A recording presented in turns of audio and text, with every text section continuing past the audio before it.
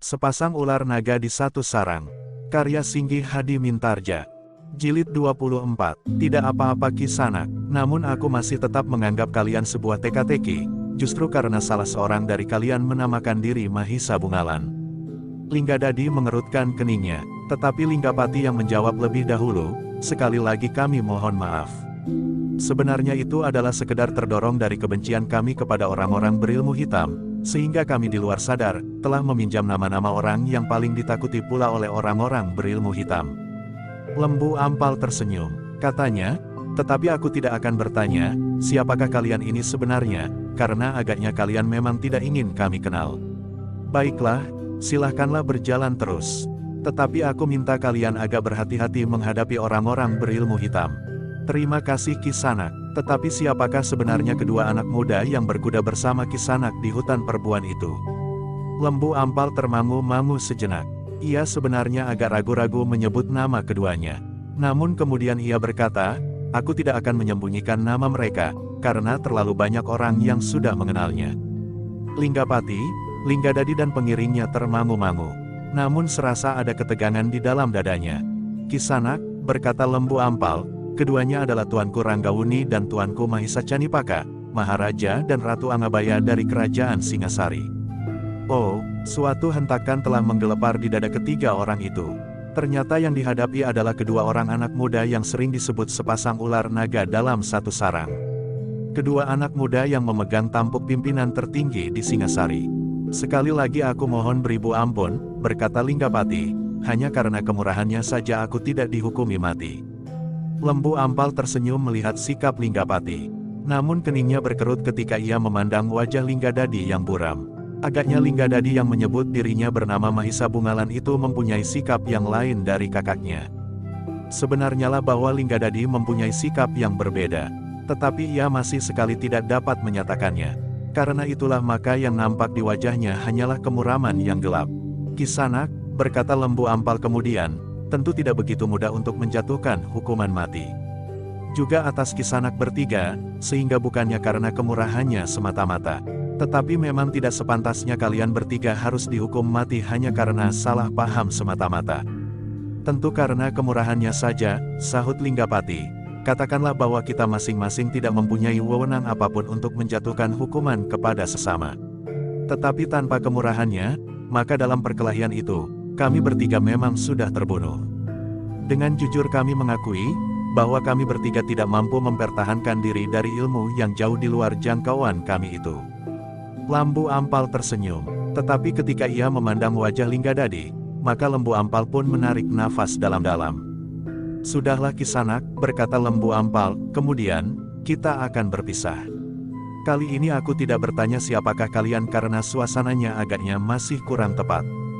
Kisanak menganggap bahwa kami masih akan bersembunyi di balik nama yang asal saja kami sebut. Lembu Ampal tersenyum, jawabnya, sebenarnya lah bahwa kita masing-masing masih saling mencurigai. Itulah sebabnya, maka aku tidak bertanya, siapakah kalian sebenarnya, karena kalian tentu akan menyebut nama yang salah. Dan kami tidak akan mendapatkan bukti apapun juga untuk menyatakan kesalahan itu. Bahkan seandainya nama-nama itu adalah nama-nama kalian yang sebenarnya. Linggapati mengangguk-angguk, jawabnya, Kisanak memang bijaksana.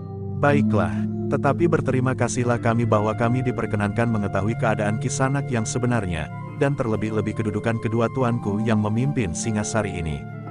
Lembu Ampal masih tersenyum. Lalu, baiklah kita berpisah. Aku akan mengambil harimau yang masih hidup, yang berhasil ditangkap oleh Tuanku Ranggawuni dengan tangannya tanpa luka segores pun pada kulit harimau itu. Linggapati mengerutkan keningnya. Ya, demikianlah. Tuanku Ranggawuni menangkap harimau itu tanpa mempergunakan senjata apapun juga selain tangannya sendiri. Tetapi Lembu Ampal melihat sekilas senyum yang asam di bibir Linggadadi. Namun demikian, Lembu Ampal sama sekali tidak menghiraukannya, meskipun sebagai seorang yang memiliki ketajaman indera dapat menangkap bahwa sebenarnya persoalannya bukanlah persoalan yang dapat selesai tanpa menimbulkan akibat apapun juga. Namun demikian Lembu Ampal masih berharap bahwa orang yang agaknya mempunyai pengaruh yang lebih besar itu dapat mengendalikan orang yang menyebut dirinya bernama Mahisa Bungalan. Demikianlah, maka Lembu Ampal pun kemudian melanjutkan perjalanannya diikuti oleh para prajurit yang terheran-heran, karena mereka tidak mengetahui apakah yang sebenarnya dibicarakan oleh Lembu Ampal dengan ketiga orang itu. Hanya kemudian, di perjalanan selanjutnya, Lembu Ampal sempat menceritakan apakah yang sudah terjadi dengan Ranggawuni dan Mahisa Cempaka. Perwira muda Ilu menarik nafas dalam-dalam. Katanya, memang Tuanku Ranggawuni dan Tuanku Mahisa Cempaka ternyata terlampau baik hati. Aku masih tetap curiga terhadap orang yang kedua itu. Tatapan matanya sama sekali tidak meyakinkan, bahwa ia dapat mengerti terhadap persoalan yang sebenarnya dihadapinya. "Ya," jawab Lembu Ampal, "tetapi agaknya yang lain akan dapat meyakinkannya kemudian." Atau sebaliknya, Lembu Ampal tertawa, tetapi ia tidak memberikan tanggapan apapun juga. Dalam pada Ilu, Linggapati, Linggadadi dan seorang pengiringnya masih termangu-mangu. Mereka memandang iring-iringan yang maju dengan lambatnya karena harus mengikuti pedati yang ditarik oleh sepasang lembu. Dalam pada itu, Linggadadi yang menahan hati tidak dapat membiarkan dadanya retak. Karena itu, dengan suara yang berat ia berkata, "Kakang terlampau merendahkan diri.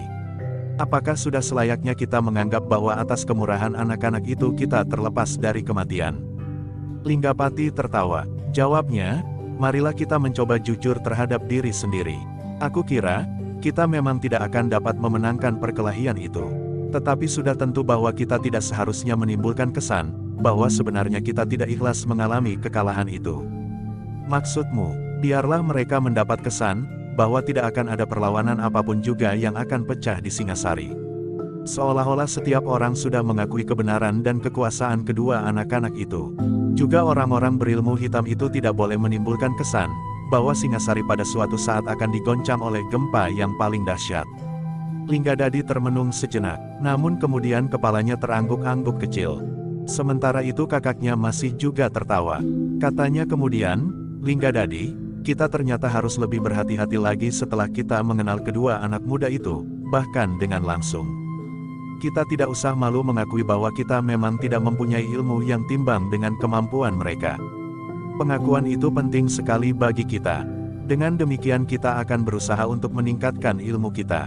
Jika kita sudah merasa memiliki kemampuan yang cukup, maka untuk seterusnya kita akan tetap seperti sekarang." Dan ternyata ilmu kita sekarang tidak banyak berarti bagi kedua anak-anak muda itu.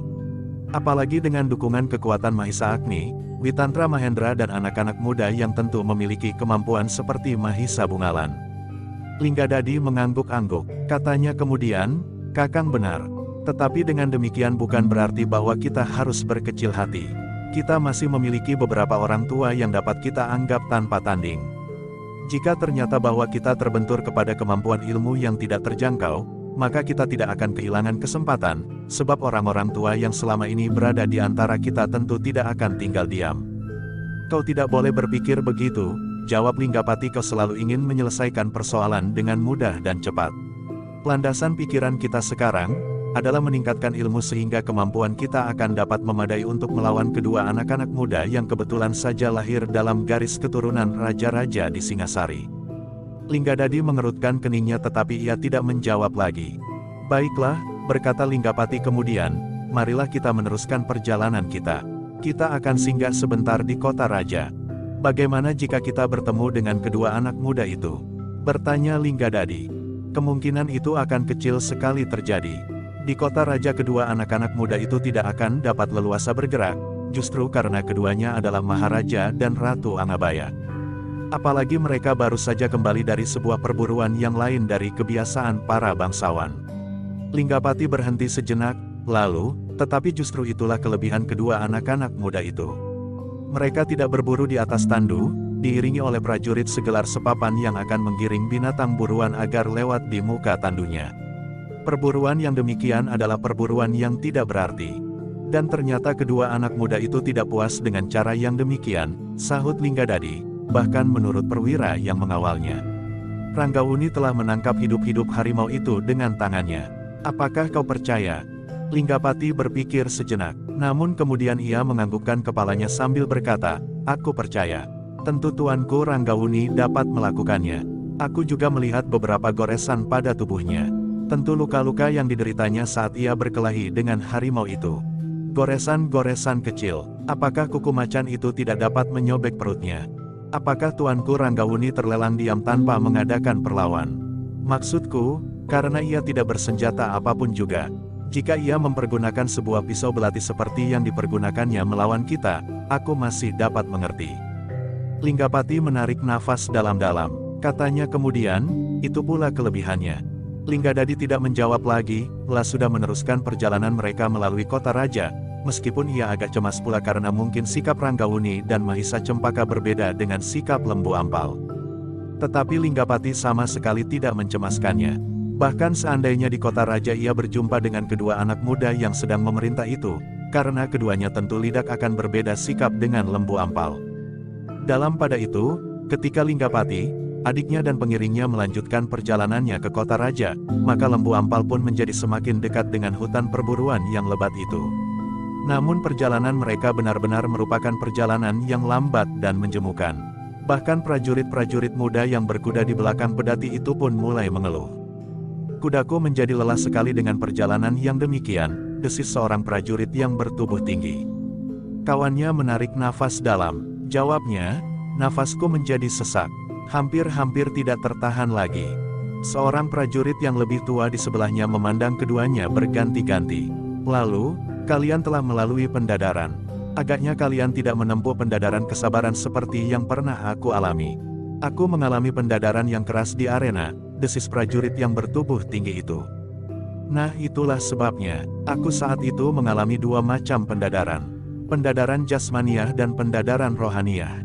Aku juga, desis prajurit muda itu. Tetapi tentu berbeda dengan pengalaman yang pernah aku alami semasa aku memasuki masa pendadaran setelah untuk 3 bulan aku mengalami tempaan sebagai calon prajurit. Tentu aku juga, desis prajurit muda itu. Tetapi kalian sama sekali tidak memiliki kesabaran itu. Ceritakan, apakah yang pernah kau alami dalam pendadaran kesabaran itu? Prajurit yang lebih tua itu mengerutkan keningnya. Namun kemudian ia pun bercerita.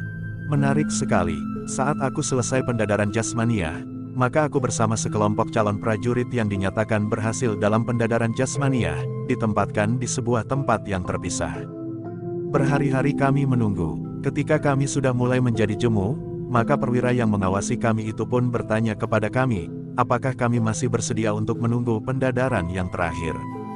Ketika kami bertanya, kapan, maka perwira itu tidak dapat mengatakan. Tergantung kedatangan perwira yang berwenang dari Pajang. Ketika kejemuan sudah memuncak, maka perwira itu berkata, kami minta maaf, bahwa perwira yang bertugas untuk menyelesaikan pendadaran itu masih belum datang.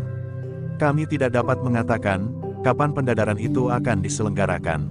Karena itu, daripada kalian kehilangan banyak waktu untuk menunggu dalam kejemuan, maka barang siapa yang tidak telaten lagi menunggu dipersilahkan meninggalkan tempat ini.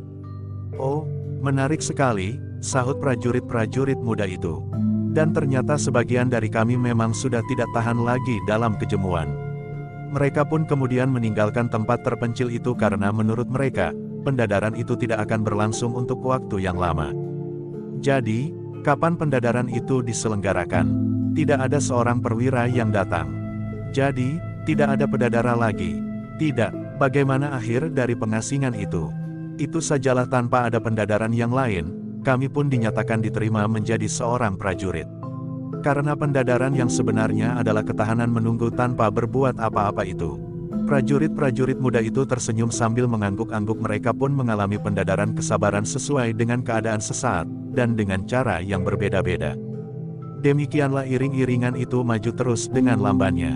Para prajurit itu mengisi waktunya dengan bercakap-cakap dan bercerita tentang berbagai macam hal yang mereka anggap menarik. Prajurit-prajurit muda di bagian belakang kadang-kadang terdengar tertawa meskipun mereka mencoba menahan sekuat-kuatnya. Lembu Ampal dan perwira muda di sampingnya pun ternyata telah tenggelam dalam pembicaraan yang asyik pula, sehingga mereka hampir tidak menghiraukan lagi prajurit-prajurit yang bercakap-cakap pula di antara mereka.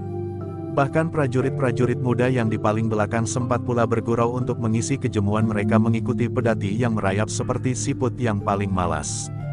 Ketika mereka melintasi sebuah padukuhan kecil, dan melintasi sebuah bulak yang panjang, maka Lembu Ampal pun berkata kepada perwira muda itu, bulak ini adalah bulak yang terakhir.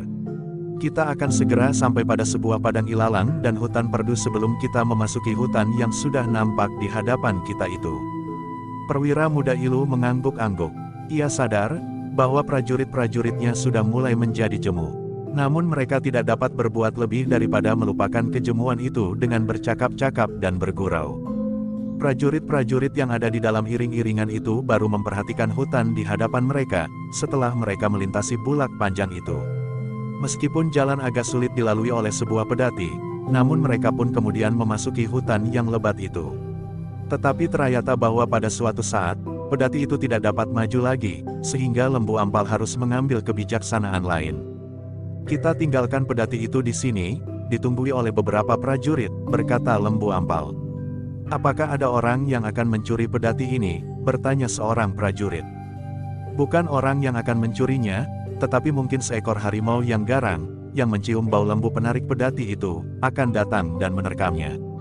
Prajurit itu mengangguk-angguk. Bahkan seorang prajurit muda berkata, "Jika diperintahkan, aku akan menunggui pedati itu. Jika ternyata ada seekor harimau yang datang, aku akan membunuhnya dan mengambil kulitnya." "Baiklah," berkata perwira muda yang memimpin sekelompok prajurit itu, "tetapi kau tidak boleh meninggalkan pedati ini sama sekali." Demikianlah maka 4 orang prajurit telah mendapat perintah untuk menunggui pedati itu. Sedang yang lain akan berkuda memasuki hutan itu sampai ke sebuah lapangan kecil di dalam hutan itu. Mereka yang menunggui harimau itu tentu sudah menjadi jemu. "Lebih jemu daripada kita yang berjalan mengikuti pedati yang merayap ini," berkata Lembu Ampal kemudian. Dalam pada itu, Empu Senggadaru memang sudah mulai gelisah menunggu. Tetapi ia masih menyabarkan dirinya. Sekali-sekali ia mendengar harimau yang terikat itu mengaum sambil meronta. Namun harimau itu seolah-olah menjadi putus asa, dan berdiam diri meskipun masih terdengar geramnya yang penuh kemarahan. Dalam kesempatan itu, setiap kali Empu Baladatu mencoba menjajaki perasaan kakaknya, bagaimanakah sikapnya terhadap kedua anak muda yang sedang memegang pemerintah itu. Tetapi setiap kali ia menjadi kecewa, karena menilik pengamatannya, Empu Sanggadaru terlalu mengagumi kedua anak-anak muda itu. Bukan saja kemampuan dan ilmunya, tetapi juga sikap dan wataknya. Sambil merenungi harimau loreng yang masih hidup dan terikat keempat kakinya erat-erat dengan janget itu, Empu Sanggadaru berkata, "Jarang sekali, bahkan mungkin tidak ada seorang anak muda yang sebaya dengan Tuanku Ranggauni, yang mampu melakukannya." Empu Baladatu mengangguk-angguk, namun hampir di luar sadarnya ia bertanya, "Bagaimana dengan anak muda yang bernama Mahisa Bungalan?" "Mahisa Bungalan pembunuh orang-orang berilmu hitam?" bertanya Empu Sanggadaru. Empu Baladatu mengangguk, meskipun terasa getar yang keras mengguncang dadanya. "Aku tidak tahu pasti tentang anak muda yang bernama Mahisa Bungalan itu. Tetapi menurut pendengaranku, ia adalah anak muda yang luar biasa pula. Menilik bahwa ia adalah anak Mahendra, maka aku kira ia memang mempunyai kelebihan." Empu Baladatu mengangguk-angguk, lalu ia pun kemudian bertanya dengan ragu-ragu pula, "Kakang, apakah kesetiaan rakyat Singasari terhadap kedua anak-anak muda itu cukup mantap?" "Ya, aku kira cukup mantap, tidak ada alasan untuk menolak keduanya. Mereka adalah keturunan Ken Dedes, meskipun dari jalur suami yang berbeda." "Apakah pendengaran Kakang benar, bahwa Ranggauni adalah keturunan Tunggul Ametung, sedang Mahisa Cempaka adalah keturunan Ken Arok?" "Tentu tidak ada orang yang tahu, apakah memang demikian.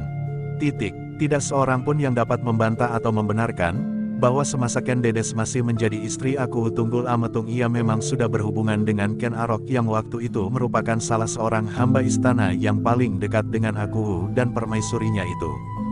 Tetapi keadaan lahiriahnya menunjukkan bahwa saat Ken Dedes kawin dengan Ken Arok yang telah menguasai keadaan itu sedang mengandung.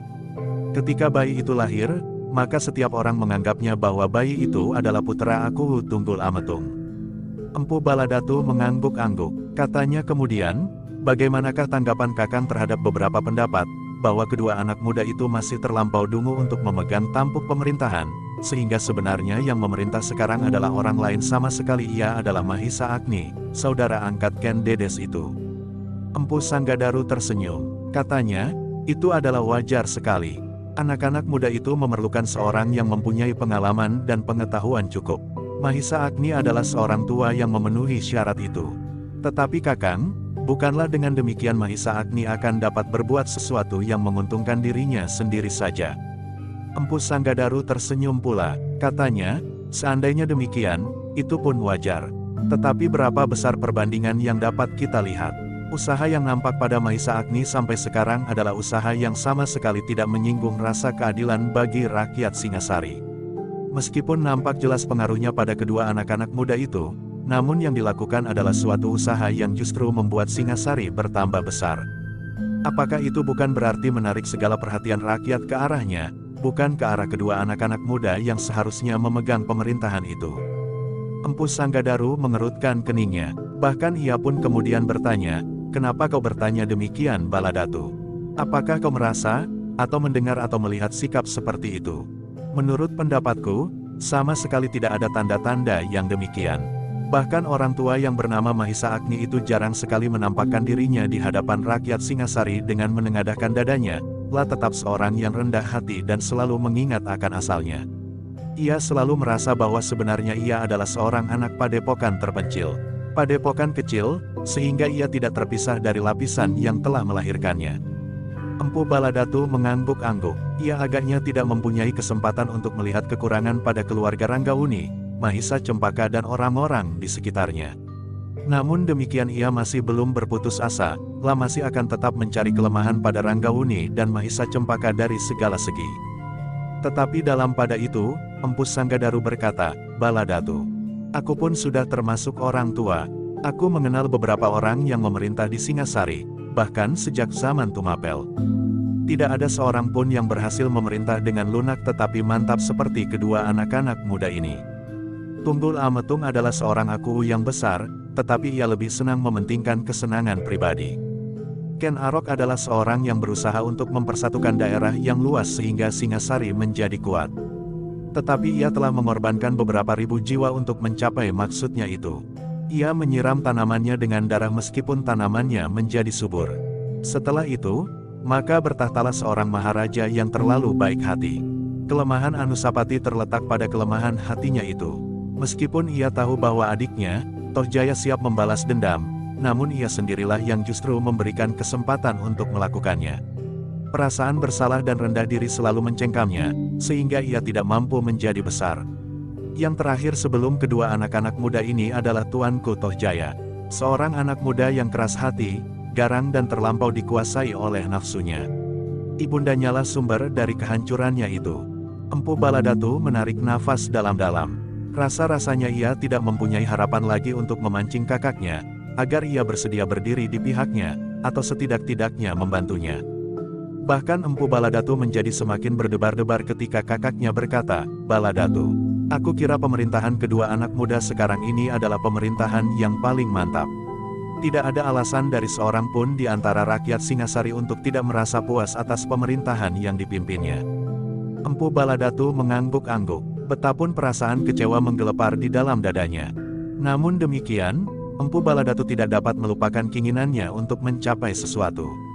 Ketika ia sempat melihat ke dalam hatinya, sebenarnya lah bahwa yang mendorongnya untuk melawan pimpinan tertinggi di Singasari bukanlah karena perasaan kecewa atas pemerintahan itu sendiri, tetapi semata-mata didorong oleh nafsunya untuk mendapatkan sesuatu yang dianggapnya paling berharga di muka bumi. Maharaja adalah jabatan yang paling utama. Kebahagiaan tertinggi bagi seseorang adalah apabila ia dapat menjadi seorang raja yang besar dan memerintah daerah yang luas, berkata Empu Baladatu di dalam hatinya. Dan ternyata bahwa Empu Baladatu tidak berpikir terlalu sederhana, lapun mempertimbangkan kemungkinan-kemungkinan yang dapat dihadapinya dalam usahanya memenuhi nafsu yang bergejolak di dalam hatinya. Ia juga mempertimbangkan hati rakyat Singasari dan memperhitungkan kekuatan yang dapat dihimpunnya. Karena itulah, maka ia mulai dengan membangun kekuatan yang dianggapnya akan dapat menjadi kekuatan yang tidak terlawan. Tetapi sebelum ia berhasil, maka rasa-rasanya, awan yang gelap telah mengalir di atas perguruannya. Hadirnya nama-nama Mahasa Bungalan dan Linggadadi membuatnya menjadi suram. "Aku harus mencari cara lain," berkata Empu Baladatu. Dan ia pun telah memikirkannya. Yang mula-mula harus aku lakukan adalah membinasakan keduanya. Jika aku dapat membujuk Kakang Empu Sanggadaru untuk memusuhi keduanya, maka aku akan dapat meneruskan usahaku, merintis jalan ke Singgasana. Meskipun mungkin masih memerlukan waktu yang lama. Dalam pada itu, kejemuan benar-benar sudah hampir tidak teratasi lagi oleh Empu Sanggadaru. Rasanya tangannya sudah menjadi gatal, ia tidak biasa duduk termenung, apalagi dalam pakaian seorang pemburu. Meskipun ia dapat bersabar menunggu buruannya di dekat mata air, tetapi ia seolah-olah telah kehilangan kesabarannya itu untuk menunggui seekor harimau yang masih hidup tetapi terikat keempat kakinya erat-erat. Setiap kali ia memandangi adiknya, dilihatnya adiknya sedang termenung, memandang gerak dedaunan yang gelisah disentuh angin yang lembut. Namun dalam pada itu, selagi mereka merenungi kejemuan mereka, tetapi karena mereka sedang menjalani tugas yang dibebankan oleh kedua pemimpin tertinggi di Singasari meskipun tidak dalam kedudukannya, sehingga mereka tidak berani meninggalkannya, terasa sesuatu yang agak lain telah menyentuh firasat. Terutama Empu Sanggadaru. Karena itulah maka rasa-rasanya ia menjadi semakin gelisah. Di luar sadarnya ia bangkit dan berjalan hilir mudik di antara kedua ekor harimau yang mereka dapatkan dalam perburuan itu. Yang seekor telah mati, sedang yang lain masih hidup meskipun terikat erat-erat. Kakang nampaknya gelisah sekali, tiba-tiba Empu Baladato bergumam. Aku menjadi jemu, tetapi lebih dari itu, terasa ada sesuatu yang lain. Rasa-rasanya angin bertiup semakin gatal di kulit. Apakah pakaian macanmu itulah yang gatal kakang? Empu Sanggadaru masih mengerutkan keningnya, ia masih sempat tersenyum sambil menjawab, tentu bukan. Tetapi mungkin pula karena sudah terlalu lama tidak aku pergunakan. Tetapi lebih dari itu, aku menjadi gelisah bukan saja karena kejemuan ini. Apakah kira-kira ada sesuatu yang menyebabkan kakang gelisah? Mungkin kakang masih meninggalkan kewajiban yang harus kakang lakukan. Atau barangkali karena kakang merasa bahwa sudah waktunya memasuki hutan yang lebat ini lebih dalam lagi. Tidak, bukan itu. Tetapi memang ada persoalan yang belum selesai. Empu Baladato mengerutkan keningnya. Lalu, maksudmu? Empu Sanggadaru memandang adiknya sejenak. Namun kemudian ia pun menarik nafas dalam-dalam. Katanya kemudian, aku minta maaf kepadamu Baladato. Justru pada saat kau berada di tempat ini, kegelisahan ini mungkin hanyalah sekedar karena hatiku yang kecut. Apakah sebenarnya yang telah terjadi? Mudah-mudahan tidak ada sesuatu yang akan terjadi dan untung pula lah bahwa kedua anak-anak muda, pemimpin tertinggi dari pemerintahan di Singasari itu sudah kembali. Aku tidak mengerti. Sekali lagi Empu Sanggadaru menarik nafas dalam sekali. Lalu, setiap orang dapat saja tergelincir dalam sikap dan perbuatan yang tidak dikehendakinya sendiri. Dan aku sudah melakukannya. Apa yang sudah kau lakukan? Bertanya adiknya. Sikap permusuhan. Benar-benar tidak aku kehendaki, tetapi itu sudah terjadi. Empu Baladato telah menjadi gelisah pula. Meskipun ia tidak mengetahui dengan pasti, apa yang telah terjadi dengan kakaknya, namun ia pun dapat menduga, bahwa agaknya sesuatu yang tidak menyenangkan akan terjadi. Baladato, berkata Empu Sanggadaru kemudian, tanganku telah terlanjur melakukan tindak kekerasan ketika sekelompok orang-orang yang tidak aku kenal lewat di sebelah padepokan. Apa yang telah terjadi? 4 orang singgah di padepokan. Aku mengira bahwa mereka adalah orang-orang yang memerlukan persinggahan. Dan aku telah memberikannya, tetapi ternyata mereka bukannya orang yang berhati bersih. Apakah mereka telah mencuri? Tidak, Empu Sanggadaru mengeleng, aku kira mereka tidak menyadari bahwa mereka berada di dalam sebuah perguruan. Yang nampak pada mereka adalah sebuah padepokan dan hasil buruan itu. Itulah sebabnya, sejak mereka memasuki padepokanku sikapnya benar-benar memuakkan. Meskipun demikian kepada mereka kami berikan tempat untuk bermalam. Empu Sanggadaru berhenti sejenak, lalu, tetapi sayang, bahwa salah seorang dari mereka menjumpai seorang endang kecil dari padepokan sedang mengambil air di sumur. Ternyata bahwa gadis itu sangat menarik perhatiannya. Bahkan ternyata kemudian, ia tidak dapat menahan untuk menyapanya. Pembicaraan yang pendek dan keramah tamahan gadis itu membuat laki-laki itu hilangan nalar, sehingga ia berusaha untuk berbuat sesuatu yang bertentangan dengan peradaban manusia. Ketika gadis yang ramah itu menjerit, beberapa orang berlari-larian mendatanginya. Dan yang terjadi kemudian, benar-benar tidak dapat dicegah lagi. Keempat orang itu menganggap para cantrik di padepokanku adalah tikus kecil yang hanya mengenal cangkul dan batang-batang jagung. Karena itulah, maka mereka sama sekali tidak minta maaf, bahkan menuntut agar gadis itu diserahkan kepada mereka. Itulah awal dari peristiwa yang sama sekali tidak aku kehendaki. Ketika aku datang ke tempat itu, karena aku berada di Pategalan ketika seorang cantrik berlari-lari mencariku, aku menjumpai 2 sosok mayat dari keempat orang itu. Sedang yang 2 lainnya berhasil melarikan diri. Baru pada mayat itu aku dapat mengenal bahwa orang-orang itu adalah orang-orang yang memiliki ilmu yang bersumber pada roh-roh jahat. Ilmu yang sering disebut ilmu hitam. Empu Baladatu terkejut mendengar keterangan itu, lah sudah terlanjur menerima julukan dari orang-orang yang tidak senang kepadanya, bahwa ilmu yang disadapnya adalah ilmu hitam. Dan kini ada golongan lain yang juga menyedap ilmu yang disebut ilmu hitam itu.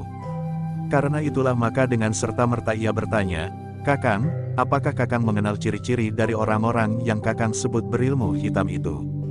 "Aku pernah menjumpai sebelumnya Baladatu. Aku pernah melihat ciri seperti yang nampak pada kedua sosok mayal itu." "Apakah ciri itu Kakang?" "Aku melihat kepala serigala yang sedang menganga." Empu Baladatu menarik nafas dalam-dalam. Tentu yang dimaksud bukanlah satu atau dua orang anak muridnya, karena tidak seorang pun yang mengenakan ciri-ciri semacam itu. Jika ada orang yang mengenal ciri-cirinya tentu dilihat dari segi tata gerak dan sikapnya. Bukan pada lukisan apapun juga. "Baladatu," berkata Empu Sanggadaru kemudian, "2 kali aku telah berbenturan dengan mereka. Yang pertama di perjalanan, dan yang kedua adalah di padepokanku. Aku menduga bahwa 2 peristiwa itu sudah cukup alasan bagi mereka untuk melepaskan dendamnya kepadaku. Apakah kira-kira mereka akan menyerang padepokanmu Kakang, sehingga kau berniat untuk segera pulang?" "Aku mendapat firasat buruk, tetapi aku tidak tahu apa yang akan terjadi." Keduanya pun kemudian terdiam sejenak. Angan-angan masing-masing melambung ke dalam kegelisahan.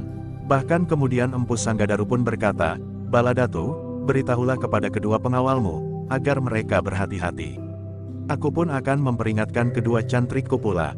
Empu Baladatu mengangguk. Jawabnya, "Baik Kakang, tetapi apakah menurut Kakang ada kemungkinan mereka akan datang kemari?" "Aku adalah seorang pemburu, Baladatu. Hidungku sudah terbiasa dapat membedakan bau angin yang bertiup. Dan aku mencium bau yang lain dari bau hutan ini. Ah, tentu orang-orang Singasari yang datang untuk mengambil harimau itu." Empu Sanggadaru menggeleng. Katanya, "Bukan, aku dapat membedakannya." "Baiklah," Empu Baladatu mengangguk sambil berdiri. "Aku akan memanggil kedua pegawalku. Dan kedua cantrik itu sekaligus." Empu Baladatu termangu-mangu. Lalu katanya, "Baiklah, aku akan memanggilnya kemari. Kakang sajalah yang memberitahukan kepada mereka apa yang akan terjadi." Empu Sanggadaru tidak menjawab. Dipandanginya saja adiknya yang melangkah mendekati pengawal-pengawalnya yang sedang beristirahat. Kemudian 2 orang cantrik yang sedang berbaring beberapa langkah dari kedua pengawal itu. Sejenak kemudian, maka mereka pun datang mendekat Empu Sanggadaru yang termangu-mangu. Empu Baladatu pun kemudian duduk pula di sebelah kakaknya yang nampak gelisah. Tetapi ia tidak mengatakan sesuatu, karena ia menunggu penjelasan yang akan diberikan oleh kakaknya itu. "Apakah kalian ingat peristiwa yang telah terjadi di padepokan kita menjelang kedatangan Empu Baladatu?" bertanya Empu Sanggadaru kepada kedua cantriknya. Kedua cantrik itu mengangguk-angguk. Salah seorang dari mereka menjawab, "Ya, aku ingat Empu. Pembunuhan yang sama sekali terjadi tanpa kami sengaja. Peristiwa itu demikian cepat berlangsung, sehingga ketika kesadaran kami timbul sepenuhnya, kami sudah melihat mayat-mayat yang terkapar." "Aku tidak menyalahkan kalian," desis Empu Sanggadaru, "tetapi yang perlu kau ketahui sekarang adalah akibat dari peristiwa itu. Dendam, ya, agaknya mereka akan datang untuk membalas dendam. Aku tidak tahu pasti, apakah mereka akan melakukannya di sini atau di padepokan." Kedua cantrik itu termangu-mangu. "Baladatu," berkata Empu Sanggadaru, "peristiwa inilah yang membuat kita terlampau berhati-hati. Ketika kau datang, kau disambut dengan penuh kecurigaan." Empu Baladatu mengangguk-angguk. Memang kehadirannya di padepokan kakaknya terasa sekali, betapa padepokan itu diselubungi oleh suatu rahasia. Dan kini ia mengetahui, salah satu sebab kenapa seisi padepokan itu menjadi sangat berhati-hati. "Empu," berkata salah seorang cantriknya, "jika demikian, apakah tidak sebaiknya kita segera kembali ke padepokan? Jika mereka menemukan padepokan itu kosong, maka mereka akan berbuat apa saja tanpa dapat dikendalikan." Empu Sanggadaru mengerutkan keningnya. Namun kemudian katanya, "Kita tidak perlu kembali ke padepokan." "Hei, Baladatu, apakah kau masih mengira bahwa yang datang itu orang-orang dari Singasari?" Mata Empu Baladatu tiba-tiba saja terbelalak. Telinganya memang mendengar sesuatu, dan matanya melihat daun yang bergerak-gerak, tetapi tidak oleh angin. "Kau benar Kakang," jawabnya. Tetapi Empu Sanggadaru masih duduk dengari tenangnya. Katanya, "Mereka tidak usah kita sambut di padepokan. Agaknya mereka memang tidak sabar menunggu kehadiran kita dari perburuan. Maksud empu, desis salah seorang cantriknya. Perhatikanlah keadaan di sekitarmu, mungkin kau akan segera mengetahui. Cantrik itu termangu-mangu, demikian juga kedua pengawal Empu Baladatu. Namun mereka tidak perlu terlalu lama berteka-teki. Sejenak kemudian seorang yang bertubuh tinggi berdada bidang meloncat dari dalam semak-semak. Kedua cantrik dan kedua pengawal Empu Baladatu terkejut. Mereka bergeser setapak, namun kemudian mereka pun berloncatan pula sambil meraba hulu senjata masing-masing. Empu Baladatu dan Empu Sanggadaru masih tetap duduk di tempatnya. Mereka sama sekali tidak terkejut, karena mereka sudah mendengar dan melihat dedaunan yang bergerak. Namun demikian, dada mereka bergejolak ketika mereka melihat di sekitarnya beberapa orang yang berloncatan pula. Jumlahnya terlalu banyak dari dugaan mereka. Siapa di antara kalian yang bernama Sanggadaru? Geram orang bertubuh tinggi dan berdada bidang itu. Empu Sanggadaru dan Empu Baladatu berdiri sambil memandang berkeliling. 15 orang. Aku hanya membawa 15 orang, tetapi 15 orang ini akan cukup membinasakan kalian semuanya, dan orang-orang di padepokanmu. Empu Sanggadaru maju selangkah. Jawabnya, akulah yang bernama Sanggadaru. Aku sudah menyangka, kau yang mengenakan pakaian aneh-aneh itulah yang bernama Sanggadaru, yang merasa dirinya jantan tanpa tanding. Aku kurang mengerti, tetapi menilik ciri gambar pada pergelangan tanganmu itu, aku sudah menduga, apakah yang telah mendorongmu mencari aku. Kau benar-benar seorang yang jantan. Kau benar, aku memang ingin menuntut balas. Kematian kedua muridku membuat perguruanku goncang. Kau sudah dalang ke padepokanku. Ya, kau sudah membakar padepokan itu dan membunuh semua isinya. Belum, aku mendengar dari cantrik-cantrikmu yang menggigil ketakutan, bahwa kau sedang pergi berburu. Aku bukan pengecut, aku sengaja mencarimu. Jika aku sudah membunuhmu, maka padepokanmu akan aku kuasai dengan seluruh isinya, juga gadis yang menumbuhkan persoalan itu. Bahkan semua perempuan yang ada. Empu Sanggadaru menarik nafas dalam-dalam. Sekilas dipandanginya beberapa orang yang berdiri tegak di sebelah-menyebelah orang yang bertubuh tinggi dan berdada bidang itu. Mereka adalah orang-orang kepercayaanku, berkata orang bertubuh tinggi itu. Meskipun jumlah kami hanya 15, tetapi kami dapat meratakan hutan ini. Siapakah namamu Kisanak? Bertanya Empu Sanggadaru tiba-tiba. Orang itu mengerutkan keningnya. Sekilas ia memandang Empu Baladatu, 2 orang cantrik dan 2 orang pengawal. Baru kemudian ia berkata, tidak ada gunanya kau bertanya tentang namaku. Juga nama orang-orangku. Yang penting, kami adalah orang-orang yang tidak dapat dihina dengan cara apapun juga. Kami adalah orang-orang dari perguruan Serigala Putih. Oh, desis Empu Sanggadaru. Ciri serigala itu menunjukkan siapakah kalian. Kalian adalah orang-orang yang disebut berilmu hitam. Tetapi bahwa kau menyebut perguruanmu dengan nama Serigala Putih adalah sangat mengejutkan. Pemimpin perguruan Serigala Putih itu tertawa terbahak-bahak. Katanya, kenapa kau persoalkan nama yang telah kami pilih? Serigala Putih.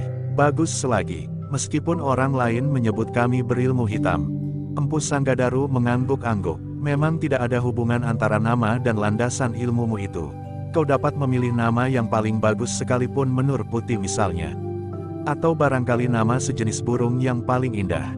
Cukup, bentak pemimpin Serigala Putih itu. Jangan mencoba bergurau untuk melunakkan hatiku.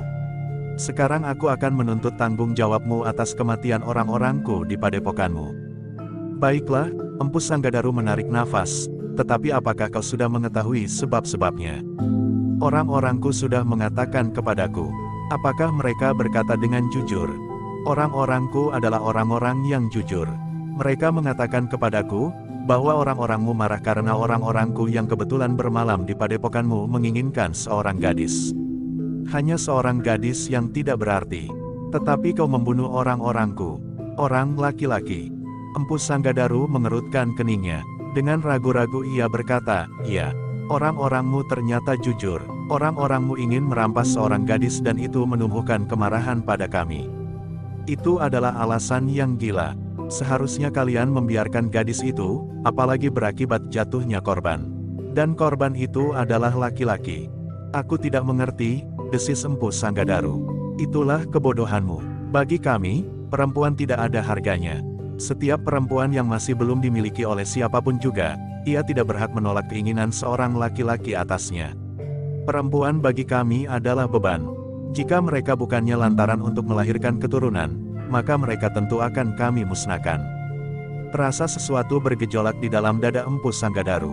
Sekilas ia memandang wajah Empu Baladatu yang berkerut. Ternyata Empu Baladatu pun menjadi heran.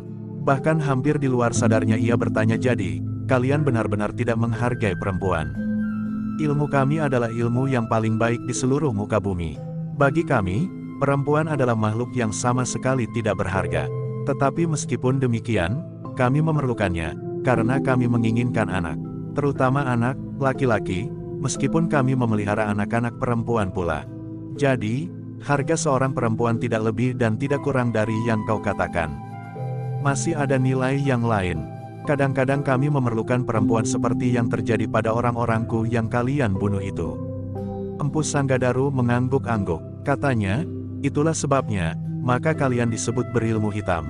Tentu kalian pernah pula pada suatu kali mengorbankan seorang gadis untuk ilmumu yang sesat itu. Dari mana kau mengetahuinya? Berkata pemimpin serigala putih itu. Aku pernah mendengar ilmu seperti yang kau anut sekarang, tetapi masih ada jenis ilmu hitam yang lain. Ilmu yang mempergunakan titik darah seseorang bagi kekuatan tenaga yang terlontar dari ilmu itu. Dan sudah tentu, bahwa keduanya adalah ilmu yang biadab. Dada Empu Baladatu tergetar mendengar kata-kata kakaknya itu, lah sadar, bahwa kakaknya banyak mengetahui tentang ilmu yang disebut ilmu hitam yang ternyata ada beberapa macam jenis dan cara penyadapannya. Namun demikian, Empu Baladatu masih berusaha menyimpan gejolak perasaannya di dalam hatinya. Bahkan ia masih bertanya, Kisanak, seandainya kalian tidak menghargai perempuan, itu adalah tata cara di dalam lingkunganmu. Tetapi kau tidak dapat menerapkan adat itu pada orang lain yang memiliki tata cara dan adat yang berbeda.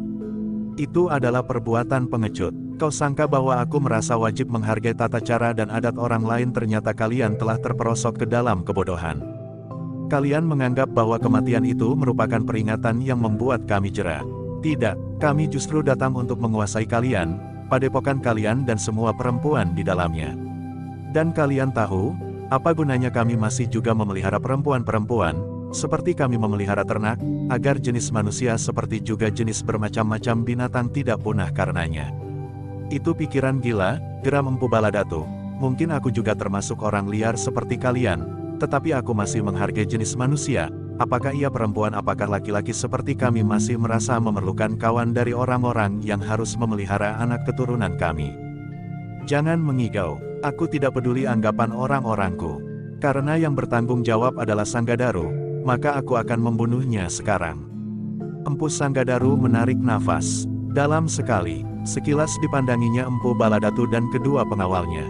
Katanya kemudian, Baladatu, kau adalah tamu di sini.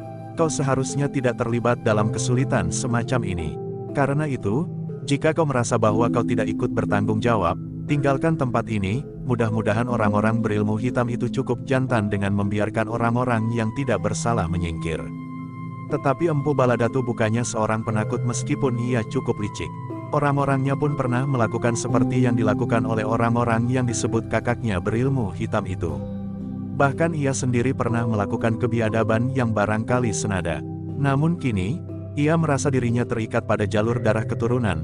Empu Sanggadaru adalah kakaknya, sehingga ia tentu tidak akan dapat membiarkannya terjerumus dalam kesulitan justru di depan hidungnya. Karena itu, maka menjawab, Kakang, aku sudah berada di sini. Aku kira, yang paling baik aku lakukan adalah bersamamu melawan orang-orang itu. Aku tidak menghiraukan apakah mereka benar atau salah. Tetapi yang penting, ia sudah memusuhi orang yang di sini bersamaku dalam perburuan ini. Terlebih lagi ia adalah kakakku. Persetan geram pemimpin dari kelompok yang menyebut diri mereka Serigala Putih, aku akan membunuh kalian. Seandainya kau akan lari pun tidak akan aku beri jalan. Kalian, siapapun juga, harus mati di sini. Dan aku akan kembali kepada depokanmu sambil membawa kepalamu. Dengan demikian seisi padepokan itu akan menyerah dan menjadi orang-orangku. Mereka tentu tidak akan dapat mencegah lagi, apapun yang akan kami lakukan terhadap perempuan-perempuan di padepokan itu. Empu Sanggadaru menggeretakkan giginya. Katanya, baiklah Kisina, sebenarnya lah bahwa kami pun bukan orang alim yang lembut. Kami juga orang liar dan mungkin juga biadab. Karena itu, seperti yang dikatakan adikku, marilah, seperti seekor harimau yang bertemu dengan kawanan serigala. Tentu saja di antara kami tidak akan dapat dengan lemah lembut mempersilahkan pihak lain menggigit leher, atau menyobek perut. Orang-orang dari kelompok serigala putih itu menjadi tegang. Dengan satu isyarat mereka pun kemudian menebar, 15 orang dengan senjata telanjang di tangan. Empu Sanggadaru mengerutkan keningnya ketika terpandang olehnya seekor harimau hidup yang terikat. Harimau itu adalah milik Maharaja Singasari. Jika ia terbunuh, tidak mustahil harimau itu pun akan dirampas pula oleh orang-orang yang mengaku diri bernama Serigala Putih. Sejenak kemudian, maka ke-15 orang berilmu hitam itu tiba-tiba telah melingkari ke-6 orang yang sedang menunggui 2 ekor harimau hasil buruan itu. Empu Baladatu menjadi berdebar-debar melihat sikap itu. Sepercik pertanyaan telah melonjak di dalam hatinya. Apakah orang yang menyebut Serigala Putih itu juga mempergunakan ilmu yang serupa? Sejenak Empu Baladatu masih menunggu. Namun tangannya telah menggenggam sebatang tombak pendek. Dengan sengaja ia tidak mempergunakan pisau belatinya, agar ia tidak terjerat ke dalam tindakan yang dapat memperkenalkan dirinya sebagai orang berilmu hitam pula. Kedua pengawal Empu Baladatu telah menggenggam pedangnya. Dengan isyarat kedua pengawalnya menyadari, bahwa mereka tidak langsung masuk ke dalam ilmu mereka yang paling mantap. Sementara itu Empu Sanggadaru dan kedua cantriknya telah bersiap pula. Mereka berdiri berdekatan. Agaknya cara itu adalah cara yang paling baik untuk melawan jumlah yang jauh lebih banyak. Jika kalian menyerah, berkata pemimpin Serigala Putih itu, mungkin aku masih mempunyai beberapa pertimbangan. Yang harus mati adalah Sanggadaru. Yang lain mungkin masih akan dapat melihat matahari terbit esok pagi. Tidak ada yang menjawab. Empu Baladatu berdiri tegak bagaikan patung dengan tombak bertangkai pendek di tangannya. Namun setiap kali di luar sadarnya, ia masih juga meraba pisau belati panjangnya. Sejenak ketegangan telah mencengkam tempat itu. Orang-orang berilmu hitam dari kelompok Serigala Putih itu telah siap dengan senjata masing-masing. Ternyata senjata mereka bukanlah pisau-pisau belati pendek atau panjang atau pisau belati rangkap, tetapi sebagian besar dari mereka adalah bersenjata pedang. Pemimpinnya memegang senjata yang agak lain, sebuah bindi yang bergerigi.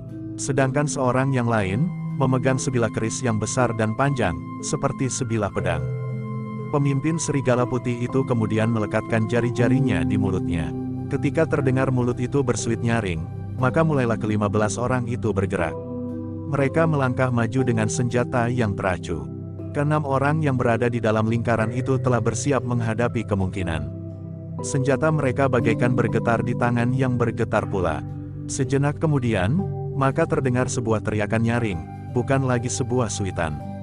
Agaknya perintah itulah yang menentukan, kapan orang-orang Serigala Putih itu mulai berloncatan menyerang dengan dahsyatnya.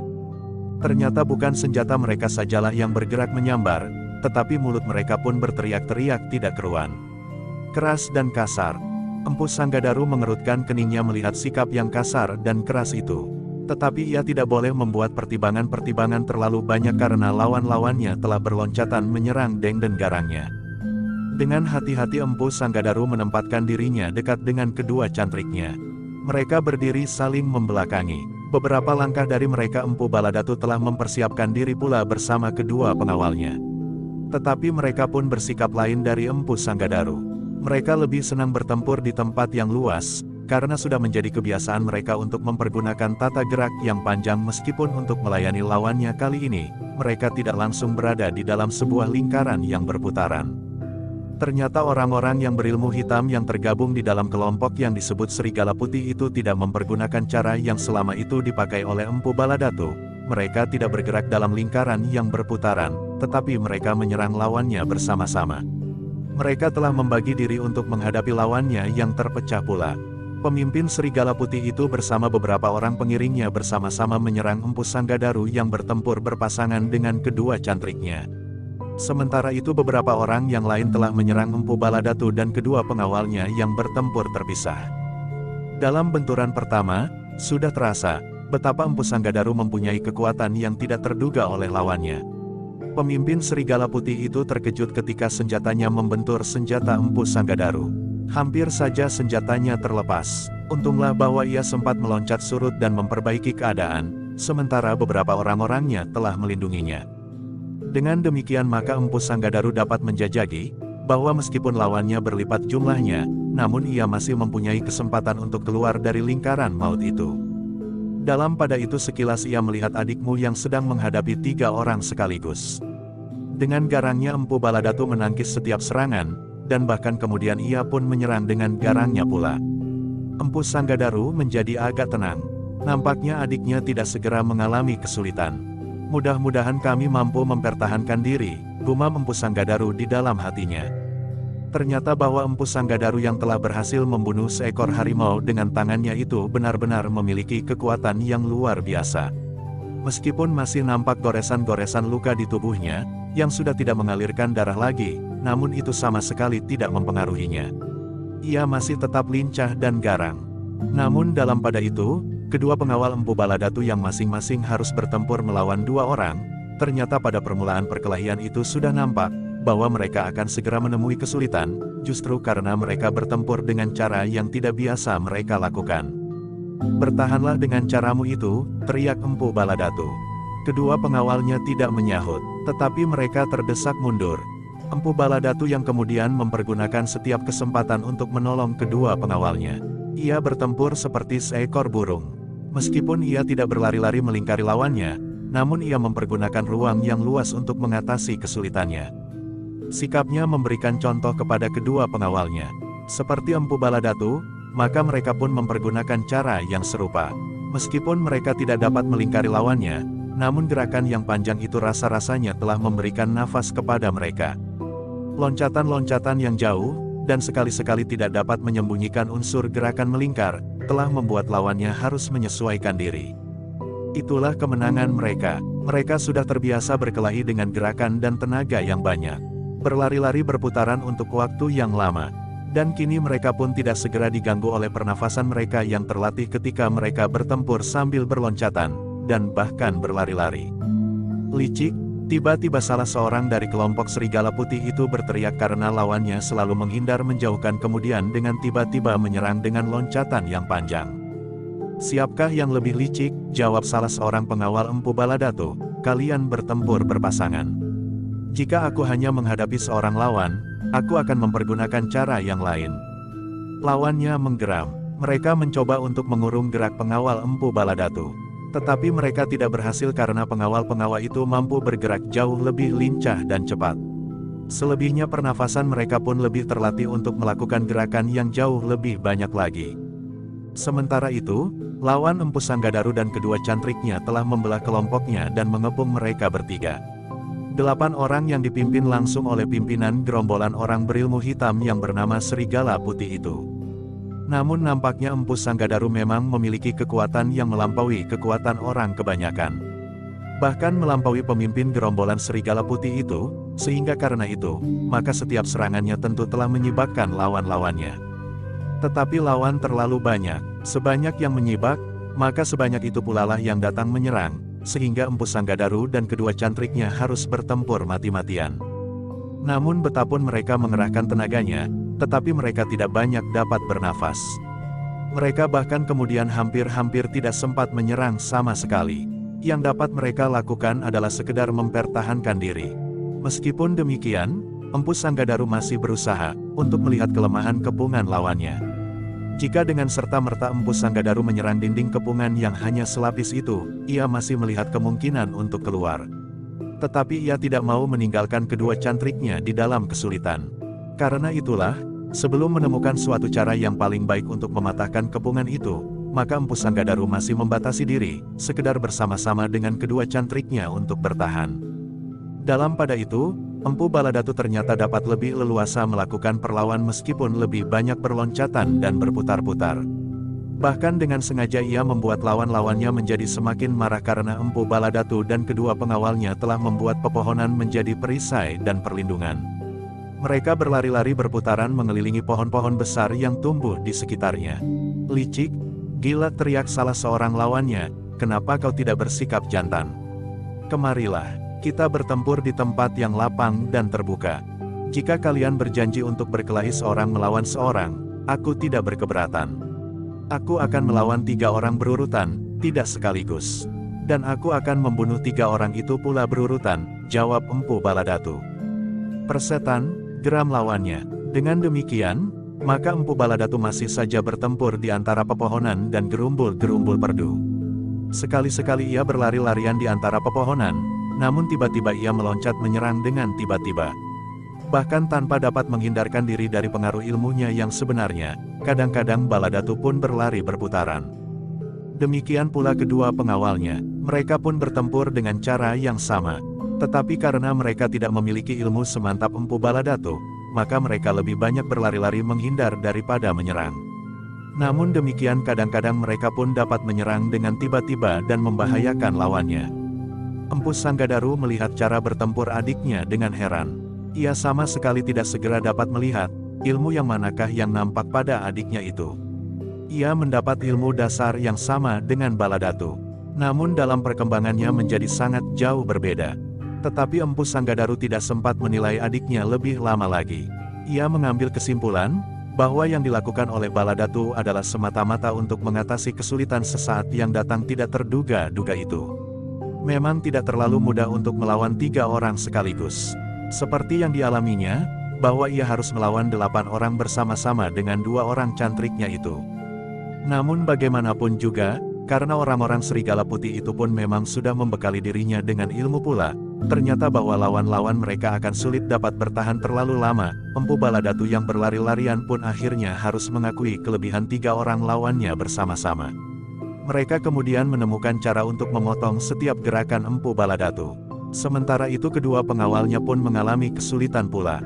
Seperti Empu Baladatu, Empu Sanggadaru pun mengalami tekanan yang sangat berat.